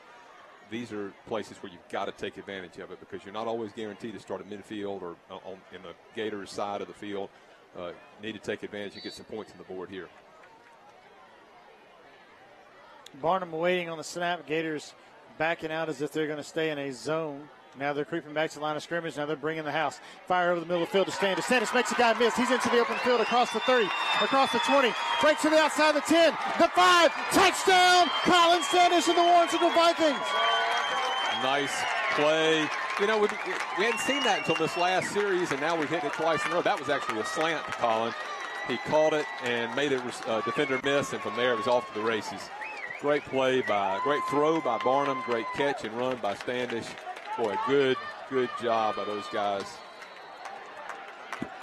And the Vikings stretch their lead now, 20-7. John William Madison coming off the extra point. We were just talking about him at the break, too. He has really been booming the ball big tonight. Nearly gets it blocked as flags are thrown and whistles before the play. I think the Gators may have come early. Yeah, I shouldn't have spoken so soon because that one didn't look as pretty from either side. The Gators were offside, and the Vikings looked like they were struggling to keep him in, and the kick may have sailed a little bit wide, but the Vikings will get another shot at kicking this. Let's see if they can put a point on the board. Vikings will decline the penalty, so the kick was not attempted. They stopped it prior to the kick, so now we will have the extra point try. There's a snap back. The kick is up. Oh, this one is a nice kick, and he splits the uprights. 21-7 our score. This is Vikings football on V105.5. So Warren Central up over Vicksburg, 21-7. Nice catch and run there. As we talked about earlier, this Vicksburg club has had a tough schedule so far. A couple of tough matchups against Oxford and Clinton, and Warren Central trying to pick up their second win of the season would move them to 2-1. Earlier you saw Madison Central and D'Iberville. We'll go back to there a little bit later on, but up next we're going to have Northwest Rankin and Pearl, number 1 versus number 6, coming out of the locker room. Pearl with a 10-0 lead at home, trying to go to 3-0 on the season. We'll send you out there now. We'll be back a little bit later, show you some more games around the state as well. But right now, number 1 versus number 6. Pearl Antonio Washington spread to the near side now as well. They're going to hand it to Cameron Carroll. He's going to bounce to the outside, being chased, trying to get to the corner. He turns a corner. He's up past the 40 and out of bounds. Up near they're going to say the 42. He stepped out. But that was fun to watch because chasing him was Damian Lynch, and Damian Lynch was doing all he can. Cameron's looking for a hole, but he still can't catch him. And he's chasing him from behind, and Carroll is gaining distance on him, and he's got to be thinking, this dude's 230 pounds. There's no way he can run that fast. But he did as he got around the edge for the first down. And he wasn't into up the field gear yet. No, he was still looking for a hole. That's another Bank Plus first down out to the 42-yard line for the Northwest Rankin Cougars. Short takes the snap. It's going to give it to Cameron, straight up the middle, lowers his head, and there's nothing there. It runs right into the teeth of that Pearl Pirate defense. So he's going to get a little surge and get maybe 2 yards. It'll bring up second down. We'll call it 8. We talked about the fact in the first half, Pearl is not huge on the defensive line. They've got one guy that's pretty good size, but they create great leverage there, and they allow those linebackers to fill in those spots on those runs up the middle, and they just clog up the holes. Well, they used a great word, Jay, leverage. And Coach Perry, of course, was an offensive lineman himself. He believes in that offensive lineman and that lineman period mentality, and he coaches that well. Now, short over the middle, and it's caught over the middle, and trying to come to the near side. Jarian Jones trips and falls down over the 20-yard line. Flag on the play. But Jarian Jones finally gets free in the secondary, and a big play for the Cougars, and a Cozy Outfitters flag on the play. So Jarian Jones is wide open over the middle, but Cameron Carroll went in motion, and a wheel route around the left side. He was wide open. Nobody anywhere near him. Short had 2 options to throw the football there. He picked Jarian Jones. Nice first down. I'm waiting to see the signals against the Pirates. Dead ball. Personal foul against the Pirates. It's half the distance to the goal. So the Cougars are in the Jonathan Johnston State Farm red zone after the Bank Plus first down, and the Cougars, for the first time tonight, are threatening on the offensive end of the field, trailing 10-0 with 8:04 to go here in the third quarter. And then, so in other words, that's twice we've seen the wheel route where nobody's going with the receiver. Yes. Keep an eye on that one. Al Phillips short takes the snap. It's going to be Cameron Carroll. Drops the football, and the Pirates, I think Phillips short might have, Pirates got on it. Number 47, Colby Burns, recovered the football, and just like that, the threat by the Cougars is thwarted as Cameron Carroll and Phillips short never completed the handoff. All the momentum. They were taking it. Cougars had it in their back pocket. And right there, with an opportunity to score at the 10-yard line, they fumble the football and turn it right back over to the Pearl Pirates. Well, and you had the Pirate stands, of course, right below us, sitting down, being quiet. So Northwest Rankin with a big catch and run by Jarian Jones, but then fumbles inside the red zone. A big stop there for the Pearl Pirates. We'll now take you to Madison Central and D'Iberville, as that one has gotten tighter in the second half. 14-7 Jaguars. They fooled me that time, Baxter. Yeah. Lost about 3 yards on the play. 3rd down and 13 now for Madison Central. The Iberville defense pinning their ears here now. J.D. Hull will work with Cam White in the backfield on 3rd and 13 from the 49. Just over midfield in D'Iberville territory. 2 receivers right, 1 to the left. Up back to the right along with Cam White. J.D. Hull wants to throw. J.D. Hull in trouble, steps out of it. Now he's going to run it. And J.D. Hull going to try to get the first down. He's going to be well short. He probably ran for about 12 yards, but this will bring up 4th down. Mark the ball on about the 41-yard line. And a punting unit. They're actually going to mark it on the 44-yard line. Pajak will check in to punt it away. As the drive stalls for the Jags. John Martin Pajak will punt it away. He'll stand on his own 41. All hot food items, Chick-fil-A, hamburgers, hot dogs, and nachos are $1 off. On the 10-yard line is the receiver for D'Iberville. Waits the snap. Pajak going to get a high kick, and it's going to hit out of bounds. Where are they going to mark it? Right at the 15-yard line. Hit right at the 10. Looked like it was going to take a hop out of bounds. But backs up to about the 15. Still a nice effort by Pajak. Placed that ball inside the 20-yard line. Once again, it's dollar discount. So the D'Iberville Warriors will go to work on offense. Chick-fil-A, hamburgers, hot dogs, and nachos. Trailing by a touchdown, 14-7 here in the 3rd quarter. 3:01 to play. Madison Central was pitching a shutout till a high snap goes into the end zone, and D'Iberville recovers. Kozlowski will go to work underneath center. No, actually, they're going to check in the new quarterback, Jaden Wally. He'll work underneath center. And now we've got a whistle and a flag, illegal procedure against the Warriors. On the left side of that line of scrimmage, somebody jumped early, got a man down for D'Iberville. Flag on the play. I'm not sure who that is. Now they're going to call offsides on Madison Central. Huh. So it'll be 1st and 5 now for D'Iberville from the 21. Somebody must have lined up in the neutral zone. Injured player was number 3. 1st and 5 for D'Iberville. 2:59 to go, 3rd quarter. Jaguars leading 14-7. Jaden Wally underneath center. He'll take, put a man in motion. He wants to throw. No, he wants to keep it. Jaguars are going to hem him up after a gain of only about a yard. And this will bring up 3rd down. Actually, it'll be 2nd down. I apologize. Host of Jags in on the tackle. Led by that linebacking Gore. It'll be 2nd and 5 here for D'Iberville. As we look at Madison Central leading 14-7 over the D'Iberville Warriors. The Warriors led by Lewis Paul Smith, #1 center in the country for the 2019 class, right there trying to get this Warriors offense rolling.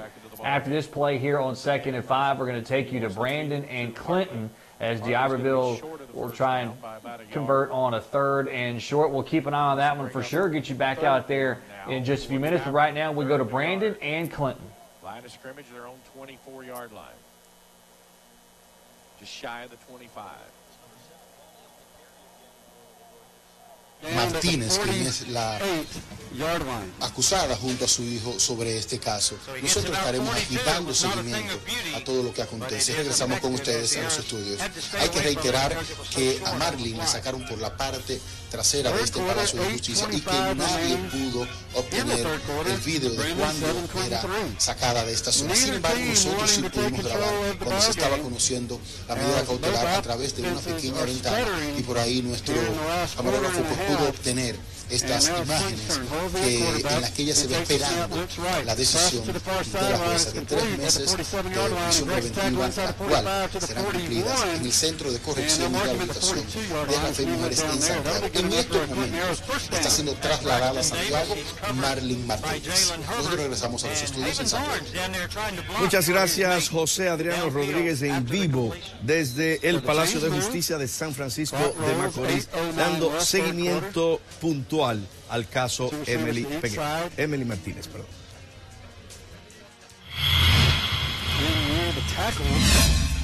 Al volver les ampliamos qué hicieron moradores cercanos a la presa de Tavera por la reconstrucción de sus carreteras. Estas y otras informaciones cuando regresemos de la pausa. El huracán Irma se intensifica en su ruta hacia el Caribe. Y Baseball City, Boca Chica y Guerra concentran las millonarias instalaciones deportivas de Grandes Ligas. Ya volvemos.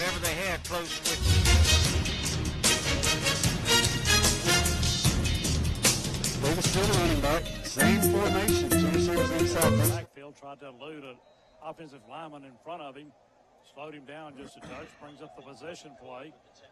Grace crossing third down here for the Jags. 3rd and 7 for D'Iberville from their own 31-yard line.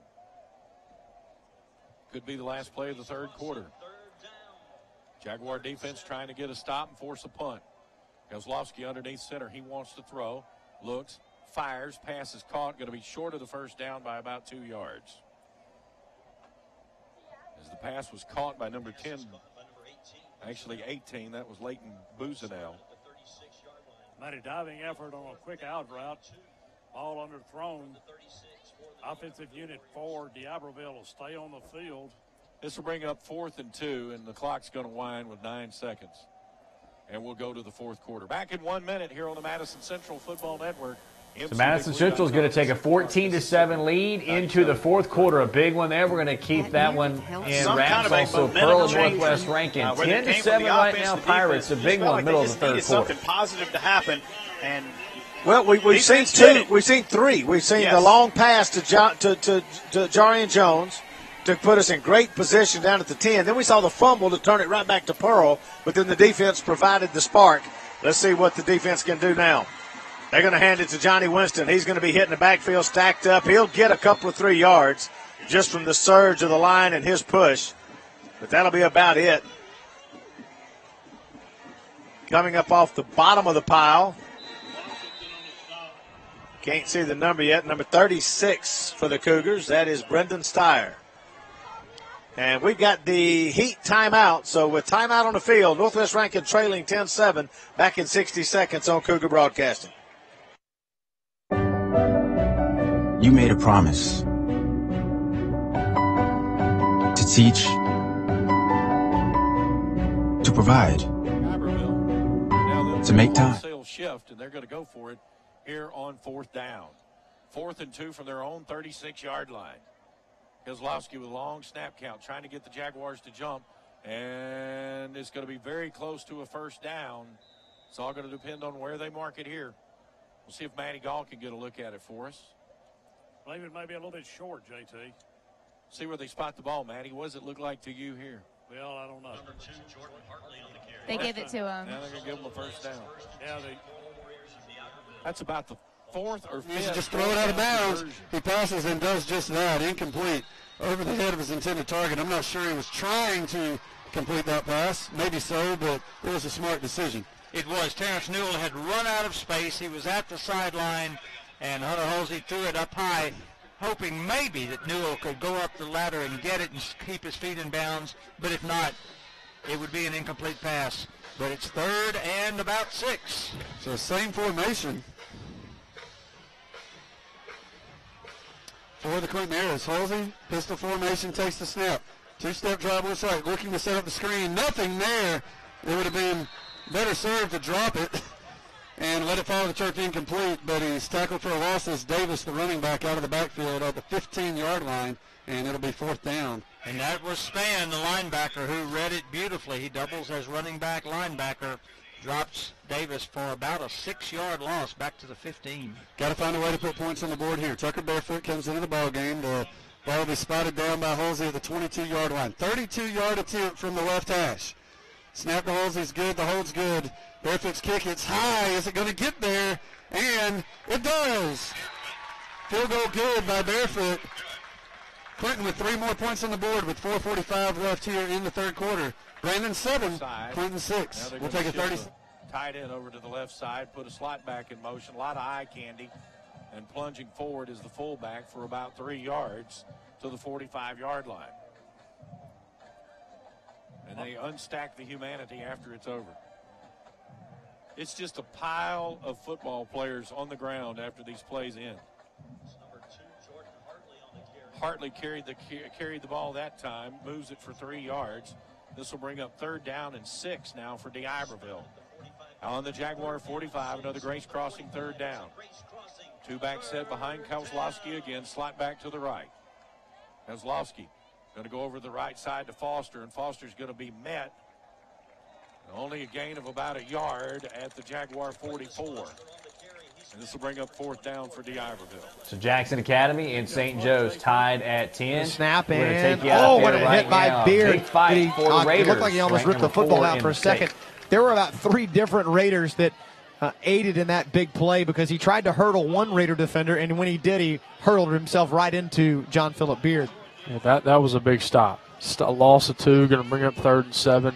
They come up there, make a big lick on the running back in the backfield and bring him down for a loss. And that St. Joe team was starting to put together some plays, some good running plays, picking up, just chipping away at this Raider defense. But that Raider defense decided to step up there on 2nd down. It's going to bring up 3rd and 7. Myers helping out on the stop too. And now to the outside, Trent Tyre sees a man on a mission trying to get another sack in the backfield. Instead, he hurries the pass to Frierson. And Collins can't get the ball to him, so a 3-and-out by the Bruins. 14-7 as you look at J.A. Going to have to punt now. Back in Madison as D'Iberville is going to have to send it away on 4th and 5. So Gross is ready to punt it away now from his own 37-yard line. 9:18 to go in the game. Jaguars 14. Madison Central 14. Jaguars leading the Warriors 14-7. Miles Hobson takes it on the hop on the 5. Going to be a block in the back against the Jaguars. They're going to get away with it. Miles Hobson's going to return it out to about the 16-yard line. 14-7 as Madison Central will now get the football. We're going to take you to we're going to take you to Northwest Rankin and Pearl as the two teams undefeated Two this back week. again for the Pirates as they went all night. Dylan Kelly and Tyler Knight. Houston Smith on the kick. And again, I'm sure Coach Gardner's coaching. There's too many men on the field. Where's the flag? Here we come. He's trying to get up. Come on, throw it. Oh, this is bad. I'm going to call it where it is. He reached in his belt to pull the flag and it wouldn't do it.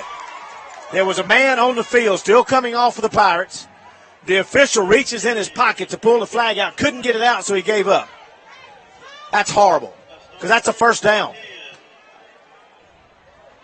That is horrible.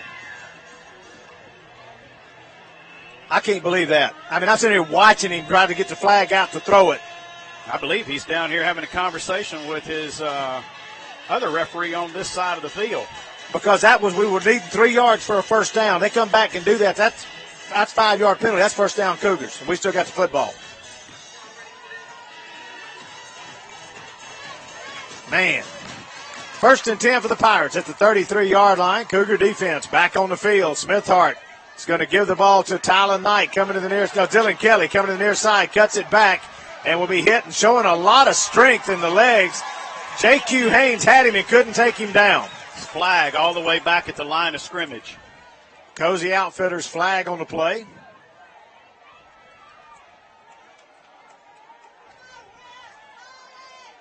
A lot of strength shown that time by Dylan Kelly as he was just dragging defenders with him.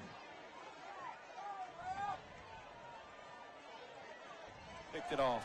It was a tip play. D'Iberville has intercepted the football, and they're going to have it 1st and goal inside the 10-yard line.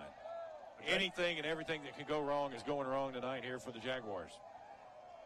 J.D. Hull threw that ball. Receiver had not even turned around. Some miscommunication, bounced off the receiver's shoulder pads into the air. An easy pick for D'Iberville. So it's 1st and goal from the 6-yard line for D'Iberville. What an amazing turn of events. 9:02 to go in the 4th quarter. D'Iberville knocking on the door, got a big interception. Thought we were going to get a good look at the replay, but here they are, 1st and goal at the 8-yard line, trying to erase a 14-0 deficit. And they're going to have it 2nd and goal short as the Warriors trying to push the Jaguars here in the 4th. Goal now from the 3. As D'Iberville's trying to tie this ball game up. Madison Central errors have given them the opportunity. 2nd and goal here for Madison Central. Or rather for D'Iberville from the Madison Central 3-yard line. Kozlowski will go underneath center. Kozlowski will give it to the fullback, and he'll be very close. No call yet, and now they're going to do a late touchdown call for D'Iberville. Foster breaks the plane and gets the touchdown, and the Jaguar defense on a short field gives up 6. First and goal from the 6-yard line. D'Iberville punches it in after the interception. And now we'll await the point after touchdown. It's 14-13. And now we'll await the point after touchdown here. And we'll await the extra point, the snap, the kick. It's on the way. And it is good. We're tied at 14. Tied at 14 at the 8:19 mark here in the fourth quarter, back in 30 seconds on the Madison Central Football Network, mcbigblue.com, and Super Talk Mississippi 97.3. Let's face it, you aren't just a man or just a woman. You are athletes. JQ is a huge asset to this this Northwest Rankin Cougar defense. We need him on the field.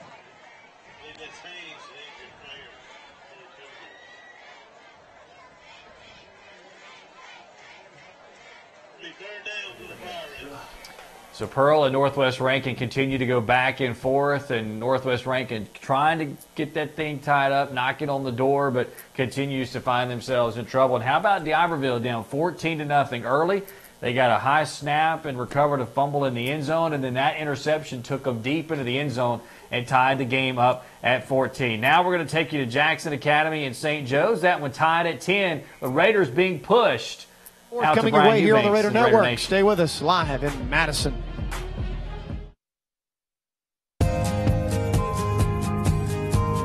It starts out as one of those things you're going to do one of these days. A new D'Iberville with 2 scores here in the second half, both as a result of turnovers by Madison Central. They've converted on a fumble recovery on a high snap, and then an interception at the 6-yard line.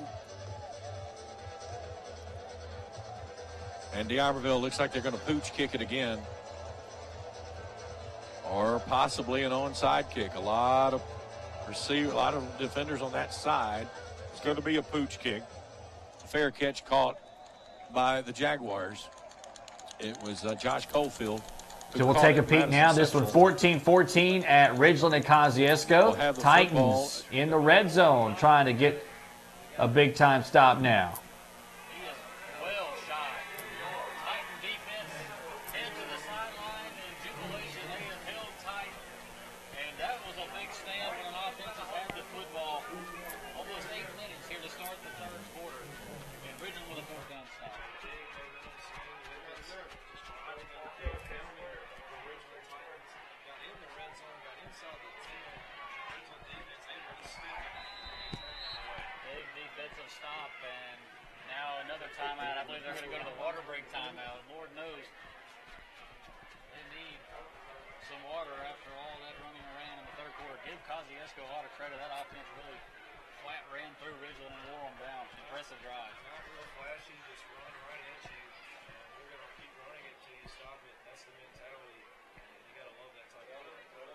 We'll take a quick 30-second timeout. It'll be Titan football inside their 5, right at their 3-yard line, up 7 with 4:23 to go in the third quarter. Titan Football Network.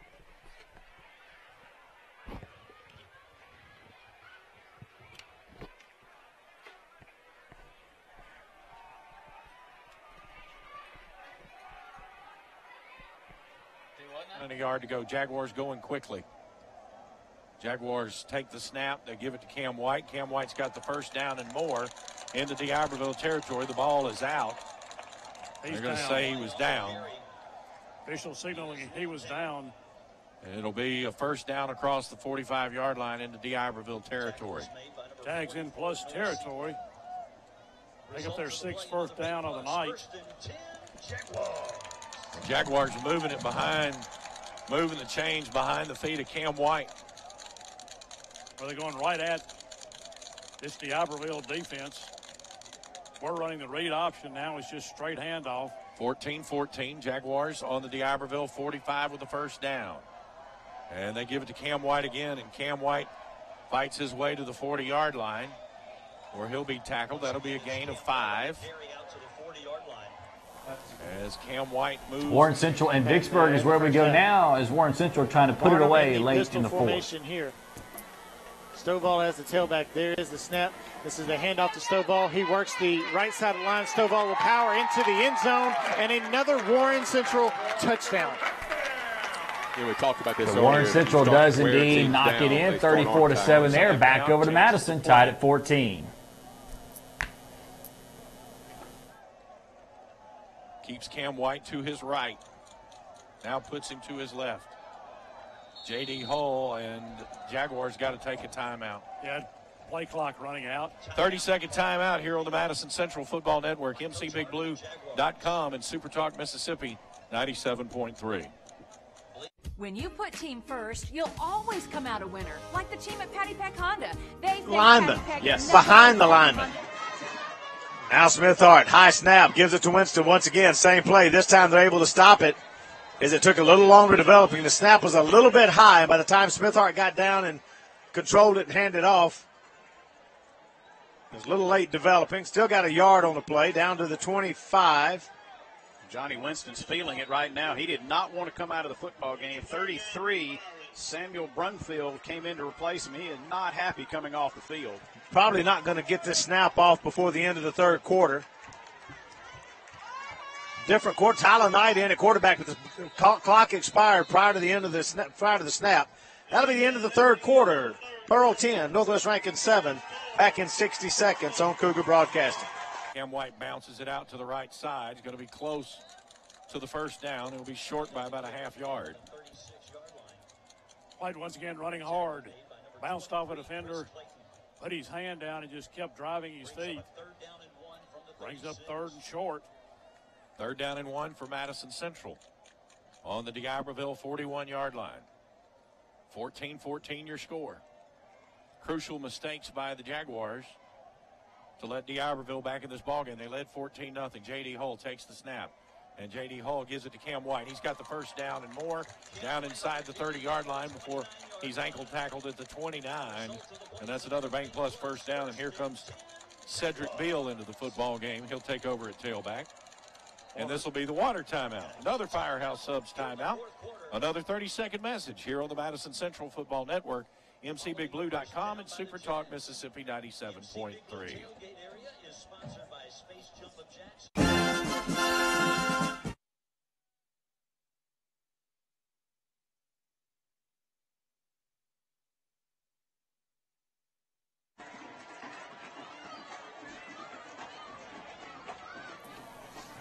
So coming back, we're going to have Northwest Rankin and Pearl as the Pirates lead at 10-7 to start in the fourth quarter, trying to get some insurance. Northwest Rankin needs a big stop there. Also, just watching Madison Central and D'Iberville, the Jaguars pick up a big third down as they are on the move now. We're also going to get you back to some of the other games. Jackson Academy, St. Joe's, that one's still a really close game late.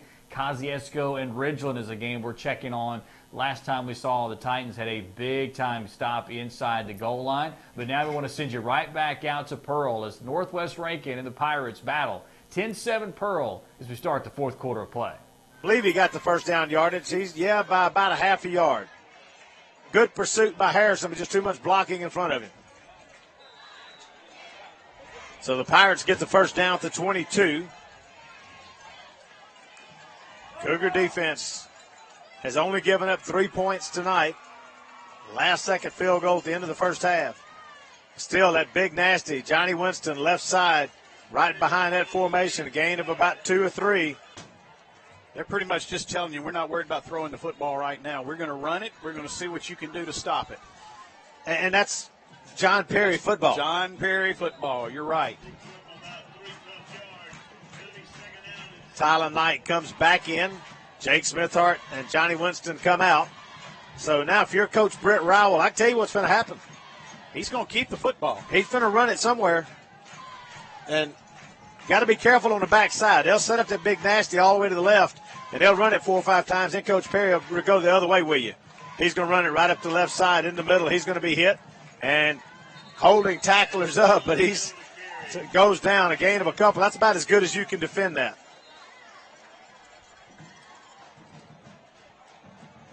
Cougars need to tighten up their chin straps. That's about the 5th or 6th player that's had to go off the field tonight with their helmet taken off. That one was Monty Williams. You don't need him out of the game with 3rd down and 5 when you're needing big bodies on the field. Once again, big nasty. Tyler Knight is going to fake the handoff. He's going the opposite direction of the set, but still will gain about 3-4 yards. It's going to be real close to the first down. They need to get to the 12. And I think they're going to spot it at the 13. And I would tell you who's making these tackles, but it's basically a host of Cougars. It's 3 or 4 guys in white shirts just heading to the football, which is what you've got to do in that situation. Now Smithart back in on 4th and 1. A performance gear, Tony Young, 4th down by the Cougar defense. Same set, though. Think Johnny Winston gets the football here? I like that bet. 4th and 1. He'll be tripped up, and it depends on where they spot it. He's tripped up in the backfield. Justin Johnson got penetration. The Cougars think they stopped him short. It all depends on where they say he fell to. Field goal. It was a 4th down play. This will obviously looked to me like he fell right at the line of scrimmage. In this game, the biggest, and if that's the case, it should be a yard to half a yard shy. To go. This one, a huge call. They're looking. We're going to get right back to Madison Central and D'Iberville as the Jaguars just took the lead, 20-14, trying to add on the extra point. You see the time there. This one is a big one. And the kick is going to be good and through. So Madison Central converts a huge 3rd down in this one, 21-14, with a little less than 5 minutes to play in the 4th quarter. As we continue to jump around, we're going to get you right back to Pearl and Northwest Rankin. And they got it spotted pretty close to the 13, so it's going to be close. That they're going to be able to get a friendly measure. We'll take you out to our broadcast partners in Northwest Rankin. This is the possession change measurement.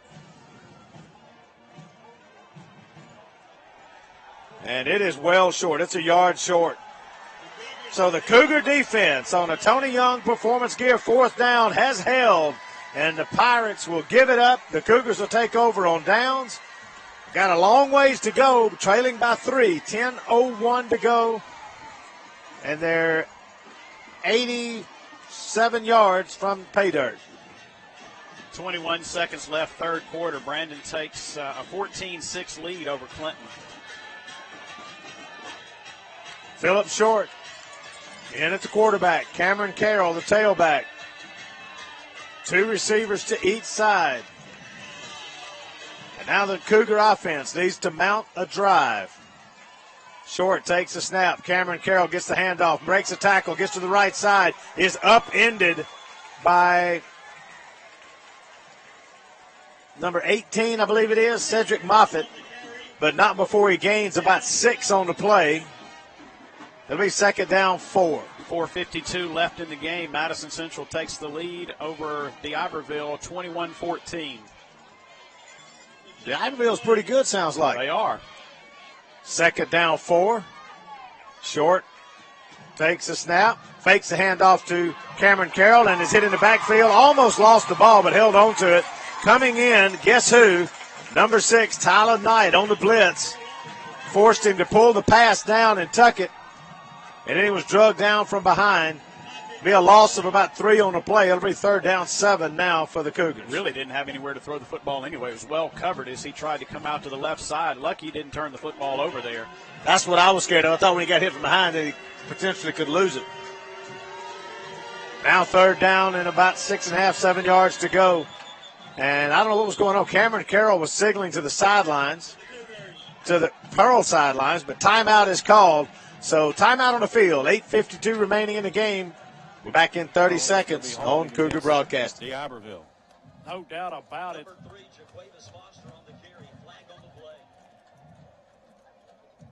There was a reason why they'd sealed that corner so well. Oh, yeah, had him by the jersey right in front of the official. And you can see it there on the Georgia Blue replay, and it will be holding against the Warriors. And this will push them back. Be a Kincaid's fine clothing penalty flag. And they're going to mark it on the 20-yard line, it looks like. It'll be from the point of it. Actually, it'll be the 19. So Oxford over Grenada, 19-0. Sorry. That's right, Halsey, pistol formation. He takes the snap, hands off again. This time, is that Evans or Davis? He leans forward, a gain of 3 yards. It'll be a 3-yard pickup, 2nd down and 7. Might have been Garner. Garner at 25, it was Garner. I saw the 5 on the side of his jersey and could not catch the 2. So only the 3rd carry of the ball game for Garner.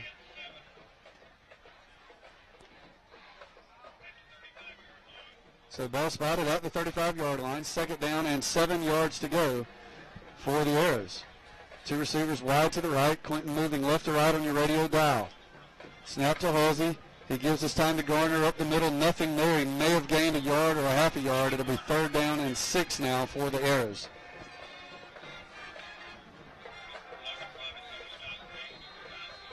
Tupelo 37-0 up over Clarksdale tonight. That defense is really stout for the Golden Wave. So 2 receivers now to the right, 1 to the left. Halsey looks to the sideline, gets the play call. Coaches change the call, and Halsey lets everyone know what they're doing, and he's ready for the snap.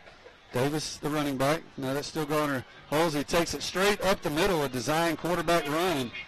Gain of only 3 yards, and it'll be 4th down and about 4. And 10 minutes left in the ball game.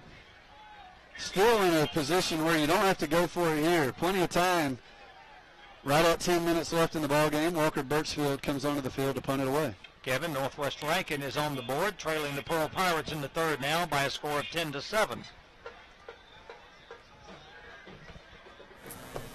So Brandon and Clinton in a tight battle as we expected. Right now the Bulldogs lead at 14-6. Madison Central clinging to a 21-14 lead. We've checked in also and watched a lot of Northwest Rankin and Pearl. That one 10-7 deep into the 4th quarter. Jackson Academy St. Joe's is a game, though, where we want to take you right now. Let you look in on the Raiders as they are late in a big-time battle. It was 10-10.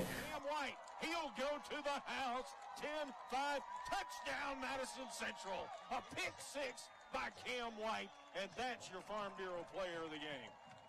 Cam White staying at home on the outside, just read the eyes of the quarterback. Madison Central looks to have locked that one up 27-14 with 2:57 to play. Over, though, right now, Jackson Academy has taken a 17-10 lead over St. Joe's. That one deep into the 2nd half. We'll take you out there right now. They've got the Bruins pushing into Raider territory.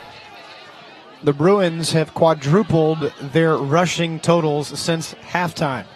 And add 5 more to that. 2:14, though, for the Raiders on the ground. They're outgaining St. Joe 305 to 204 right now, and they only lead by 7. Now, Collins. Time expires on the play clock. Delay of game unless they got a timeout called by the reaction of the sideline of St. Joe. They did not. And that 5 yards will get marked off, and it'll be 3rd down and 7. That's a big penalty.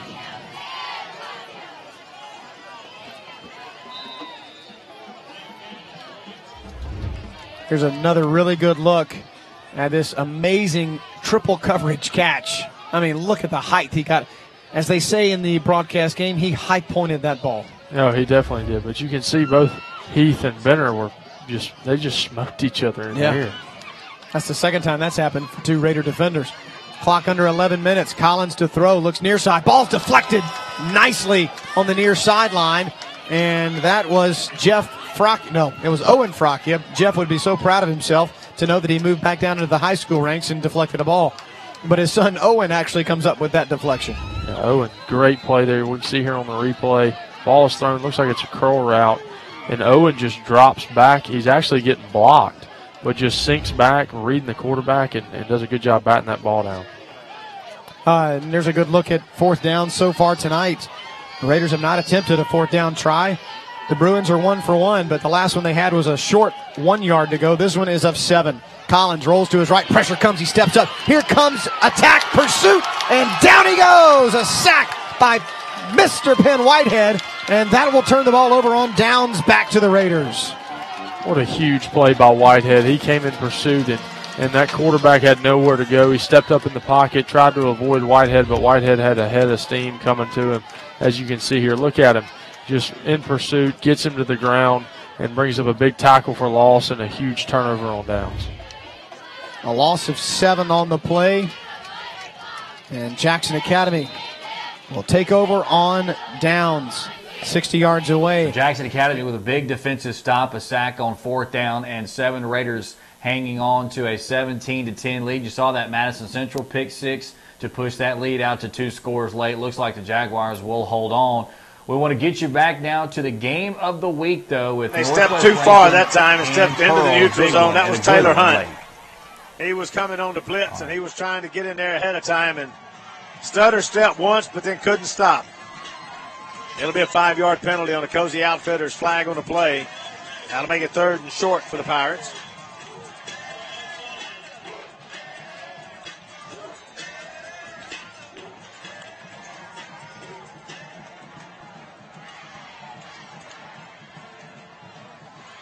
Now, our 2nd and short, 2nd down in the yard. Smith-Hart back to pass, and a flag prior to the snap stopped the play, and they're saying false start against the Pirates.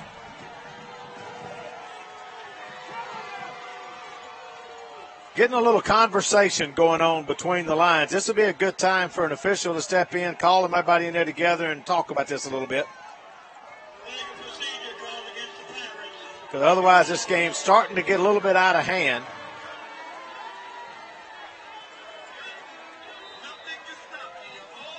Back it up 5 yards. Now back to the 46. 2nd down, 5. Now they didn't back it up enough. It was 2nd and 1, and then they backed it up. It was still 2nd and 5. So something wasn't right the way you walk it off. Now they moved it and got it right. 2nd and 6. Now Kelly goes in motion. Going to give it to Winston to the near side. He's hitting the backfield. Breaks through that tackle. A block in the back. There's the flag. A couple of them coming in. Bryce Bowling there to take him out of bounds, but a couple of flags come in for a block in the back. And that Pearl Pirate, all he needed to do was stand there. He didn't need to throw the block. He had already shielded him, which is just fine as long as you don't throw an illegal block. And he can go around the edge and pick up pretty big yardage. But that's a pretty easy call by the line judge on this side. Another Cozy Outfitters flag on the play, and that's a big one against the Pirates. With that, they'll back it up.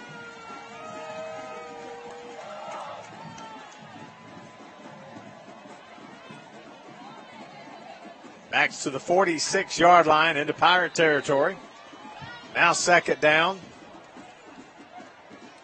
And 13 to go.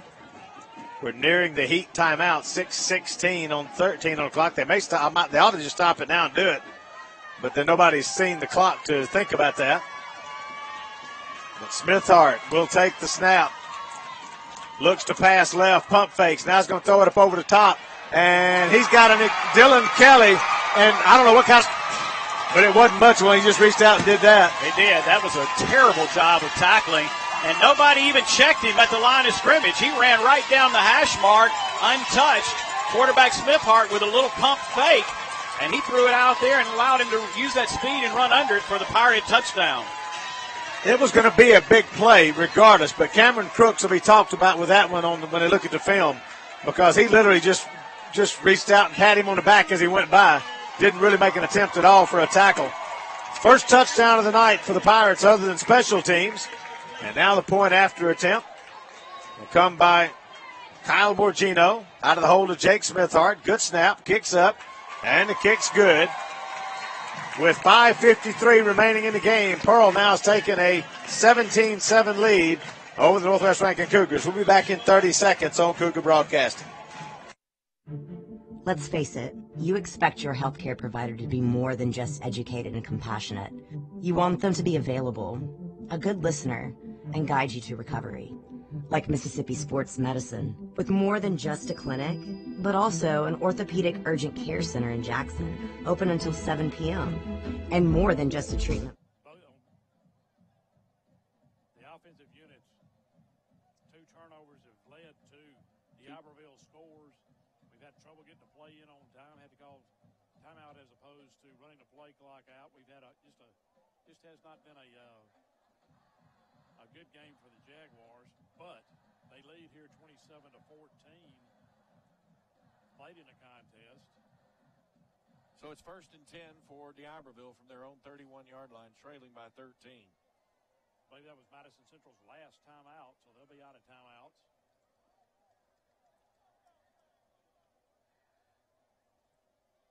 about to get ready to go, underway.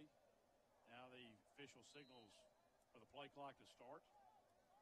As Kozlowski will work underneath center. Michael Kozlowski underneath center, a two-back set behind him. And Kozlowski going to hand it off to Foster, and Foster will get into the secondary and more and rumbles his way down. Flag comes from way across, and I believe that's going to be a face mask against the Jaguars. Yeah, Foster spinning and turning would not go down. Madison Central very well met a face mask infraction. Get the signal from the personal foul, face mask, 15 yards. That's 3 penalties back to back to back against Madison Central. They were going to force D'Iberville to punt the football. They were going to salt this ball game away, and now D'Iberville has it on the Jaguar 36-yard line. And plus territory at the 36 with a first down. And a first down to go, 2:21 to play. Kozlowski underneath center. Two-back set behind him, slot back to the left. And now is another flag, and this time it'll be illegal procedure against D'Iberville. A direct tackle. And so now Dent. Play action to Steed. Looks to his left. Has options downfield. Has an open target. Pedigo overshoots him as he got a little tangled up with Trey Frierson on defense, and the Raiders will be forced to punt it back away. Yeah, Pedigo looked like he had a little bit of separation. May have gotten tangled up a little bit, and ball just unfortunately overthrown by Dent.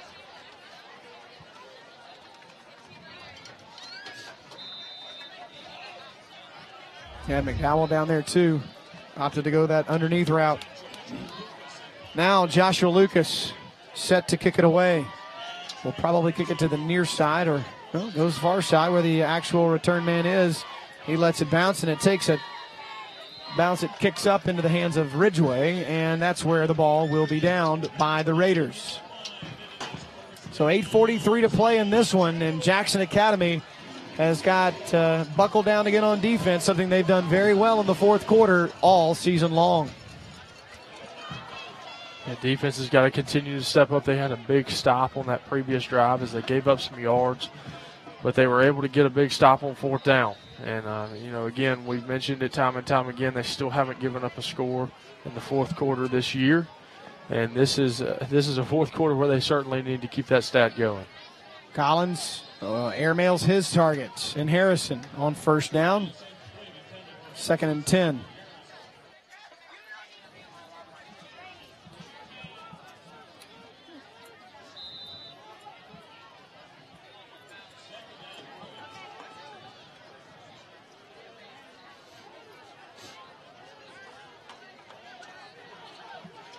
There's Coach Danny Robertson with a big offensive line, trying to remind them when they get the ball back what they need to do. 8:40 to play, a play clock down to 5 seconds. And nowhere to go for Thornhill thanks to old 47 Trent Tyer. Another big stop. They're continuing to shut down that run game. And now we're looking at 3rd and 12 for the Bruins. They got them all the way back to the 35 now, 3rd and 14 actually. The yard marker guy had not moved it down yet. He didn't realize it was back to the 35. Even better. The crowd tonight has been unbelievable. There's a good look from our left to right from the other side. That's the hill where the Raider fans are sitting. And then the bleachers are just completely packed. 8 minutes to go. Big hit in the backfield again. Another quarterback sack. This time it is 47 Trent Tyer.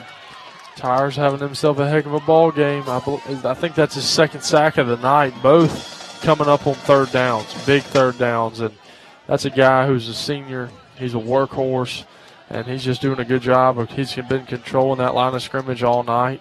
And you love seeing a healthy Tyer, as he was cramping last week in the fourth quarter. Not cramping yet tonight. Hopefully he won't, as they need to have him on this defensive edge. And puts him in double digits on sacks for the year. 11.5 so far. Here's a high arcing punt that will actually kind of go bounding end over end out of bounds. Man, tons of hang time. But he's already got 11.5 sacks for the year. Yeah. Most people try and get 11 in the whole year. Yeah. It's only been, this is the third game. It's unbelievable. And he's cramped up a number of times, too. I know. He got a few sacks with a leg that was half locked up. Great job by the J Band and the Accents, keeping the crowd entertained as always.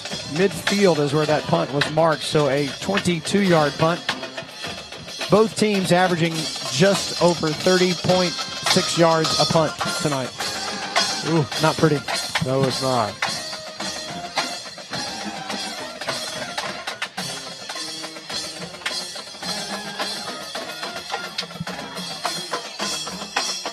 Now on offense, Kincaid Dent will hand it off to Steed. Steed hasn't found pay dirt yet. Could he get another gear? He at least gets a first down here for the Raiders. That helmet goes straight down into the turf here. He's got a helmet full of it. He sure does. I got worried for a second he was hurt, but I believe he's just trying to get enough grass out of his helmet so he could see. Yeah, that was an 18-yard scamper on first down by Torrin Steed. He's over 100 yards for the night, 124 to be precise. Look at this, just tearing up the dirt here at Bill Rayfield Field. And they're going to have to get some tools to get some of that dirt out. No doubt about it. Or just bang it really hard. Good start to this drive there. Heck of a run by Steed. Now here comes the reverse, and here is Tay Stewart. Tay looks like he's picked up another Raider first down, nearing the red zone for J.A. Yeah, just the end around. Tay coming out of the slot on the reverse to the field. And that's just another great run. But I think we got some laundry on the field. Calling a holding again. Oh, boy. Coach Weems is probably not going to be too happy at camper here. He has had an earful for that near side officiating crew. He certainly has. That's very frustrating. They're the ones on his side. Right, on exactly. Our near side. That's just his only option. Yeah, it's the only one he can talk to. So they mark it back to the 37. So 5 yards given to Stewart. And then the downfield hold by J.A. They are picking them up in bunches now. Excuse me. Here comes the reverse the other side. Tay Stewart. This time he's got a lot of green. Tay Stewart to the outside. 30, 25. Hauled down to the 20-yard line. Once again, a lot of tackles being made tonight by Kylan Harrison as well. 17-10, trying to put this one away. Big run by Tay Stewart on the reverse. We'll take you now to Northwest Rankin and Pearl, 17-7 after an interception by Pearl. So now you got a flag on the play. We'll check that. But Pearl with a big score to make it a two-possession game with 4:26 to play.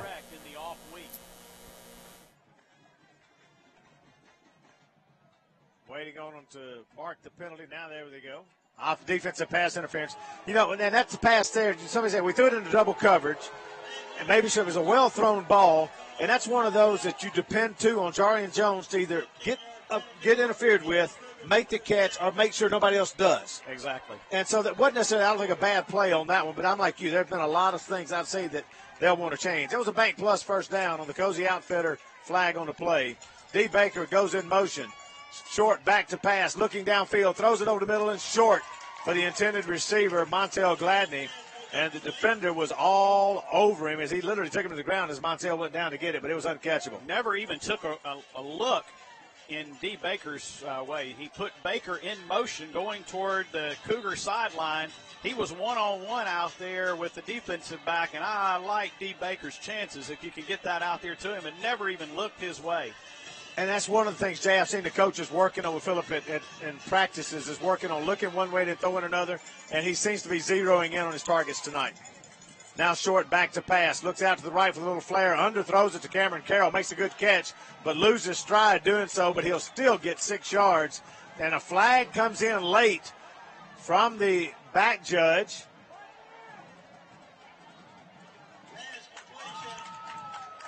And I think they're calling this against the Cougars. They're spotting it at the 41 after the play from Cameron Carroll. Yeah, an illegal block against the Cougars.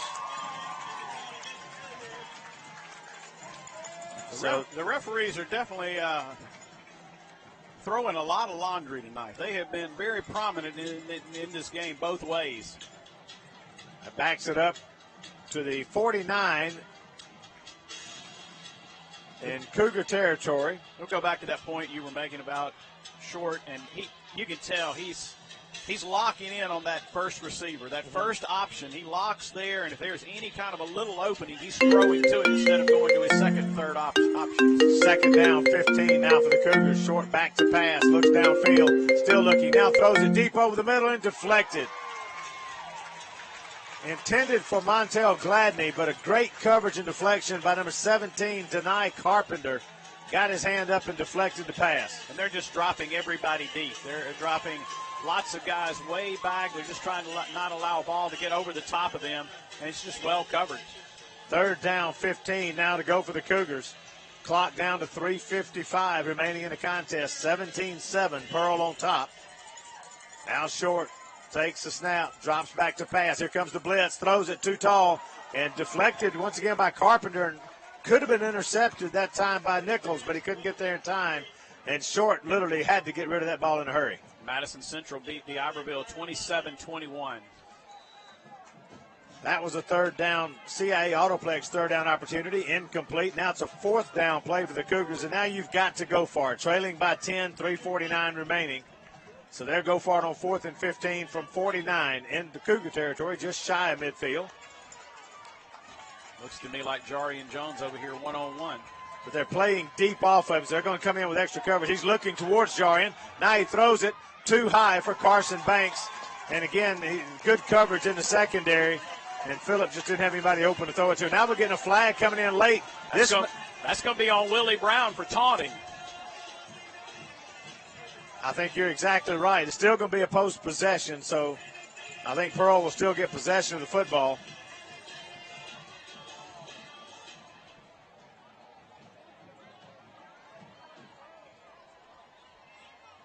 Coach Perry is pretty upset. But I think he'll probably go back and look at the game film and say, all right, ref, you was right on that one, and I'll talk to Willie. But this is an emotional game. It is. It's like Coach Perry's talked about, Coach Collins talks about. These kids see each other at the Walmart, at the grocery store, go to church together. And now for, 48 minutes, they're enemies. And there's a lot going on. And Pearl's lost 3 in a row. That's right. That adds a little bit of fuel to the fire. It is dead ball, unsportsmanlike conduct against Pearl. So it'll go from the 49 back to the 36, I guess it is. My math is right. 15-yard penalty. That's where Pearl will have possession. They lead by 10. Come on, another yard there, Mr. Official. You only went to the 37. West Point beats Starkville 28-3. Brandon leads Clinton 21-6, 140 left in the game. These officials can't do math. This ought to be at the 36. 15 yards from the 49 to 36. They gave him a yard.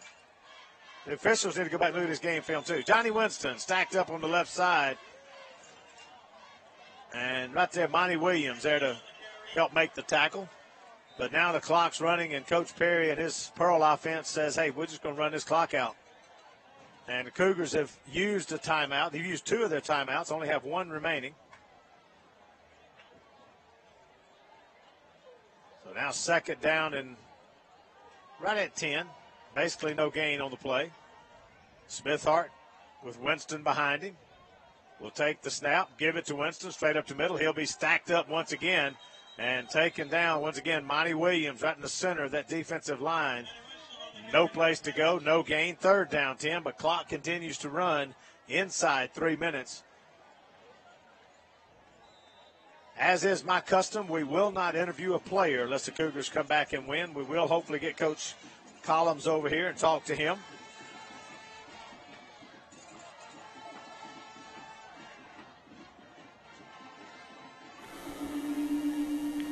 So Pearl leading 17-7, coming up on 2.5 minutes to play in this one as they try to salt this one away. Unfortunately, a lot of these games have gotten a little breathing room as of late. Brandon and Clinton is where we're going to send you next. 21-6 Bulldogs late as they try to get a big one over the Arrows. Boy, the Clinton Arrows fell in the football. That is Burton, Kadarius Burton. So Burton with a fumble recovery. Clock runs, 1 minute left. Clinton not in a hurry. as Halsey takes the snap, and we'll have a delay of game penalty called on the Arrows. So you're in a hurry-up situation, and delay of game penalty is not what you want. That means way too much time was allowed to run off the clock by the young quarterback. 51 seconds left in the ball game. Brandon 21 and the Clinton Arrows 6.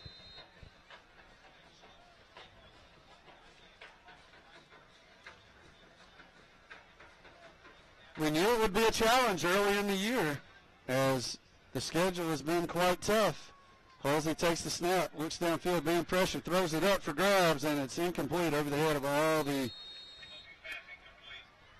intended targets. Threw it in the direction of Braxton Davis, but he could not get high enough to get that one. There were two Brandon Bulldogs right with him as it was, and we'll see the punter, Walker Birchfield, with 45 seconds left. Yeah, we're going to punt it away. You have to think if Clinton were to have gone for it and not gotten it, catching Stafford Brandon, class acts, they would have just taken a knee and not tried to score again and run the clock out. Right, Brandon is not sending a return man deep. They'll let the ball roll. You never know with Birchfield back there either. He could throw it, but he's going to kick it away, and it's a bad kick to the sideline. Wobbly. It takes a Clinton bounce outside the 45 to the 46-yard line. It'll be down there, and Brandon will snap it one time, we think.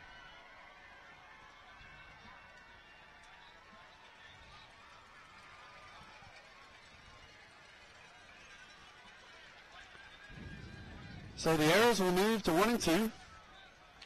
Lost to South Panola, win over Vicksburg. Remind you one more time, Indian Lanes Bowling Center Jump Zone is proud to support Clinton's Amazing Arrows. Can't wait to see you this weekend.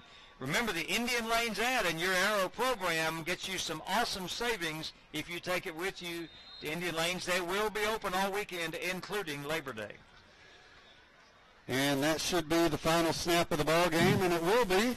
So some of these games now starting to widen out just a little bit there. Brandon and Clinton appears to have the Bulldogs in control. We've also looked at Pearl and Northwest Rankin. It looks like the Pirates are going to get a huge win there as well. Madison Central was able to complete their big win tonight. The Iberville gave them a pretty big run, but that big pick six late ended up proving to be the difference. Jackson Academy up 24-10 right now. So leads you to believe he may have pushed off. He may not have, but it makes it look that way. Because the appearance sometimes. Late against St. The ball will be Joe's, first down at the 13-yard line for the Bruins. This thing's getting real interesting. Floater in the end zone again. Tay Stewart turns around. Receiver comes to the football. That's a catch, and that's a touchdown. The Bruins get 6 from Frierson, and just like that, they're a score away from getting tied up, and that breaks the streak for the Raiders of an impressive run of fourth quarter shutout football.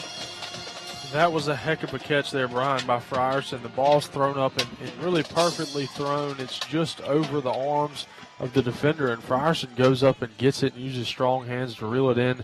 And we've got a ball game here. 24-16, extra point about to be attempted.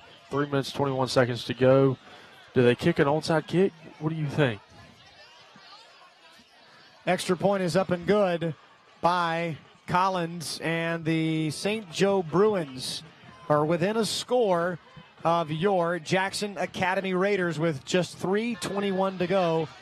And we imagine an onside kick will be coming up here.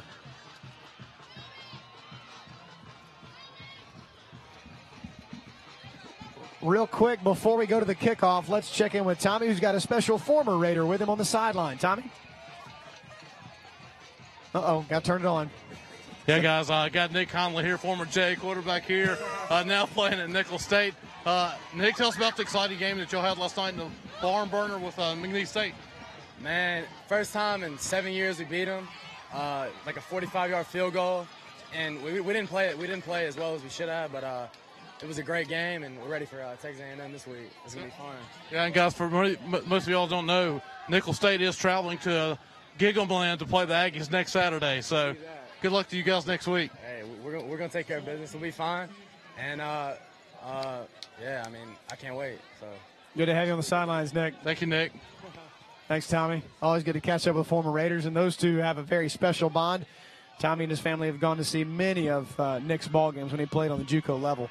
And, of course, because those are Thursday nights, it doesn't interfere with the Ole Miss games on Saturday. A little harder to get to those Nickel State games, I think. Hey, the Barnetts, they watch some football. Oh, they do. They love their football. Now, here's the thing. I guarantee you, just like me, they'll be taping that A&M game to watch on the DVR later.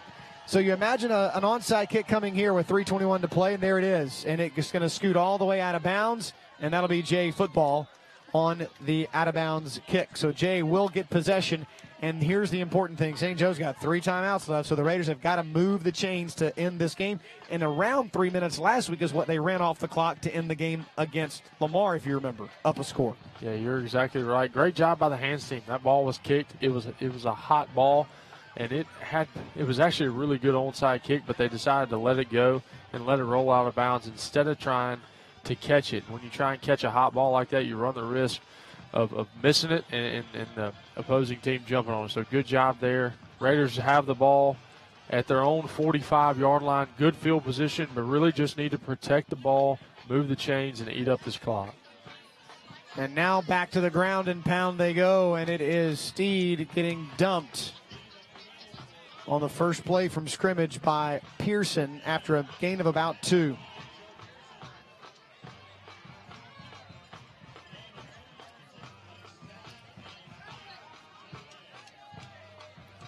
This is when you find out a lot about your team. We found a lot about them last week against Lamar as they found a way to win in the fourth quarter, and again they're in that same situation.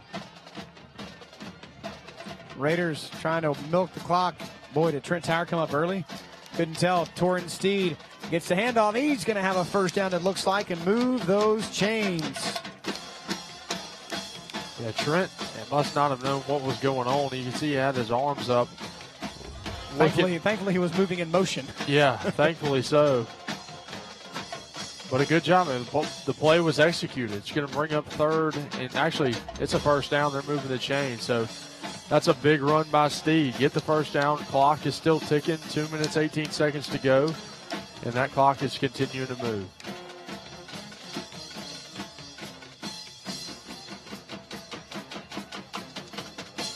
Now here's Dent flipping it out there again to Steed. He fights off another tackle all the way inside the 40-yard line. Steed carrying the mail tonight for this Raider football team.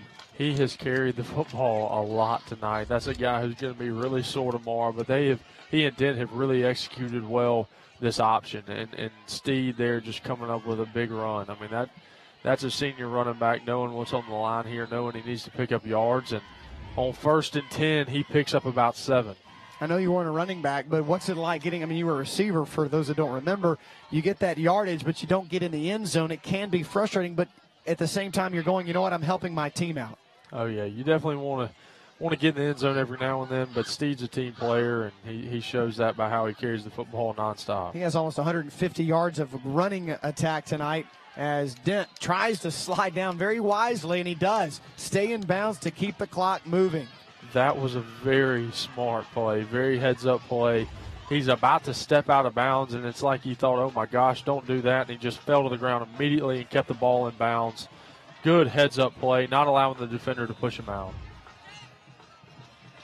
Ball marked down at the 33-yard line. It's 1st and 10, Raiders. So now J.A., they could down it, but again, St. Joe does have their full allotment. We think of timeouts.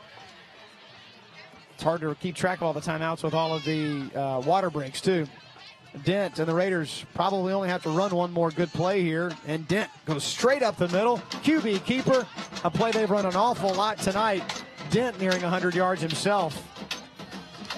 That ought to be the nail in the coffin there here. St. Joe calls a timeout.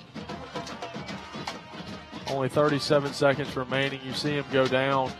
Dent just running hard all night long. To play devil's advocate for a second, it makes you worry on a play like that when he's just trying to get yardage that he gets hit funny and he gets hurt. That's one thing you don't want to see, but sometimes you run a little bit looser, if you know what I mean, when you know you're about to go down. Yeah, absolutely. A quarterback carrying the football is always risky. But when you got an athlete like Dent, who you rely on heavily for this offense to be successful, you need to let him carry it, and he does a good job of it. He's a tough kid. Injury is always a risk. Unfortunately, that's just the name of the game here in this sport. But he's a tough kid, and he's shown that tonight as he has continued to carry this football, and in the past couple weeks make plays when he's needed to the most. So 2 timeouts left for St. Joe. And just to go ahead and let everybody know, I don't have a lot left in the tank, as you can hear. So we will have an abbreviated postgame tonight, especially with the length of this ball game. This has certainly been one of the longer games. Yeah, it's 9:40, and we still haven't finished this one out yet. 2 timeouts left to burn still for the Bruins. 2nd and 4 for the Raiders. They get a first down here. It pretty much makes it a moot point. Now here's the give to Steed. Boy, wouldn't it be great to see him break one for a touchdown? Torrin Steed is into the end zone for 6, and he raises his hands and says, finally, I found the end zone. Touchdown, Raiders. So Jackson Academy with a big touchdown run to seal this late. Look at the replay and a nice job blocking up front. So Jay's going to get out of St. Joe's with a big win and move along into next week. We talked earlier about Pearl and Northwest ranking being essentially the game of the week, and there it is, gone final as we showed you here. Pearl wins it 17-7. Coach Toby Collins is going to be on with our Northwest broadcasting crew. We're going to get that to you in just a moment. Lost 2 fumbles for the Pirates. First downs 11-12, Cougars 11, and Pearl 12 on the first downs. When you look at some individual stats, Phillip Short was 11 of 27 for 80 yards with 1 interception. Cameron Carroll 21 carries, 131 yards. D. Baker 4 carries for 23 yards. P.J. Lindsey 4 for 14 yards. Passing for Pearl, Jake Smithhart was 9 of 20 for 124 yards and a touchdown. Johnny Winston 19 carries for 99 yards. Tyler Knight, 9 for 36. And receiving, Jarian Jones, 1 catch for 39 yards. Cameron Carroll, 2 for 15. Carson Banks, 4 for 14. Alvin Edney, 2 for 9.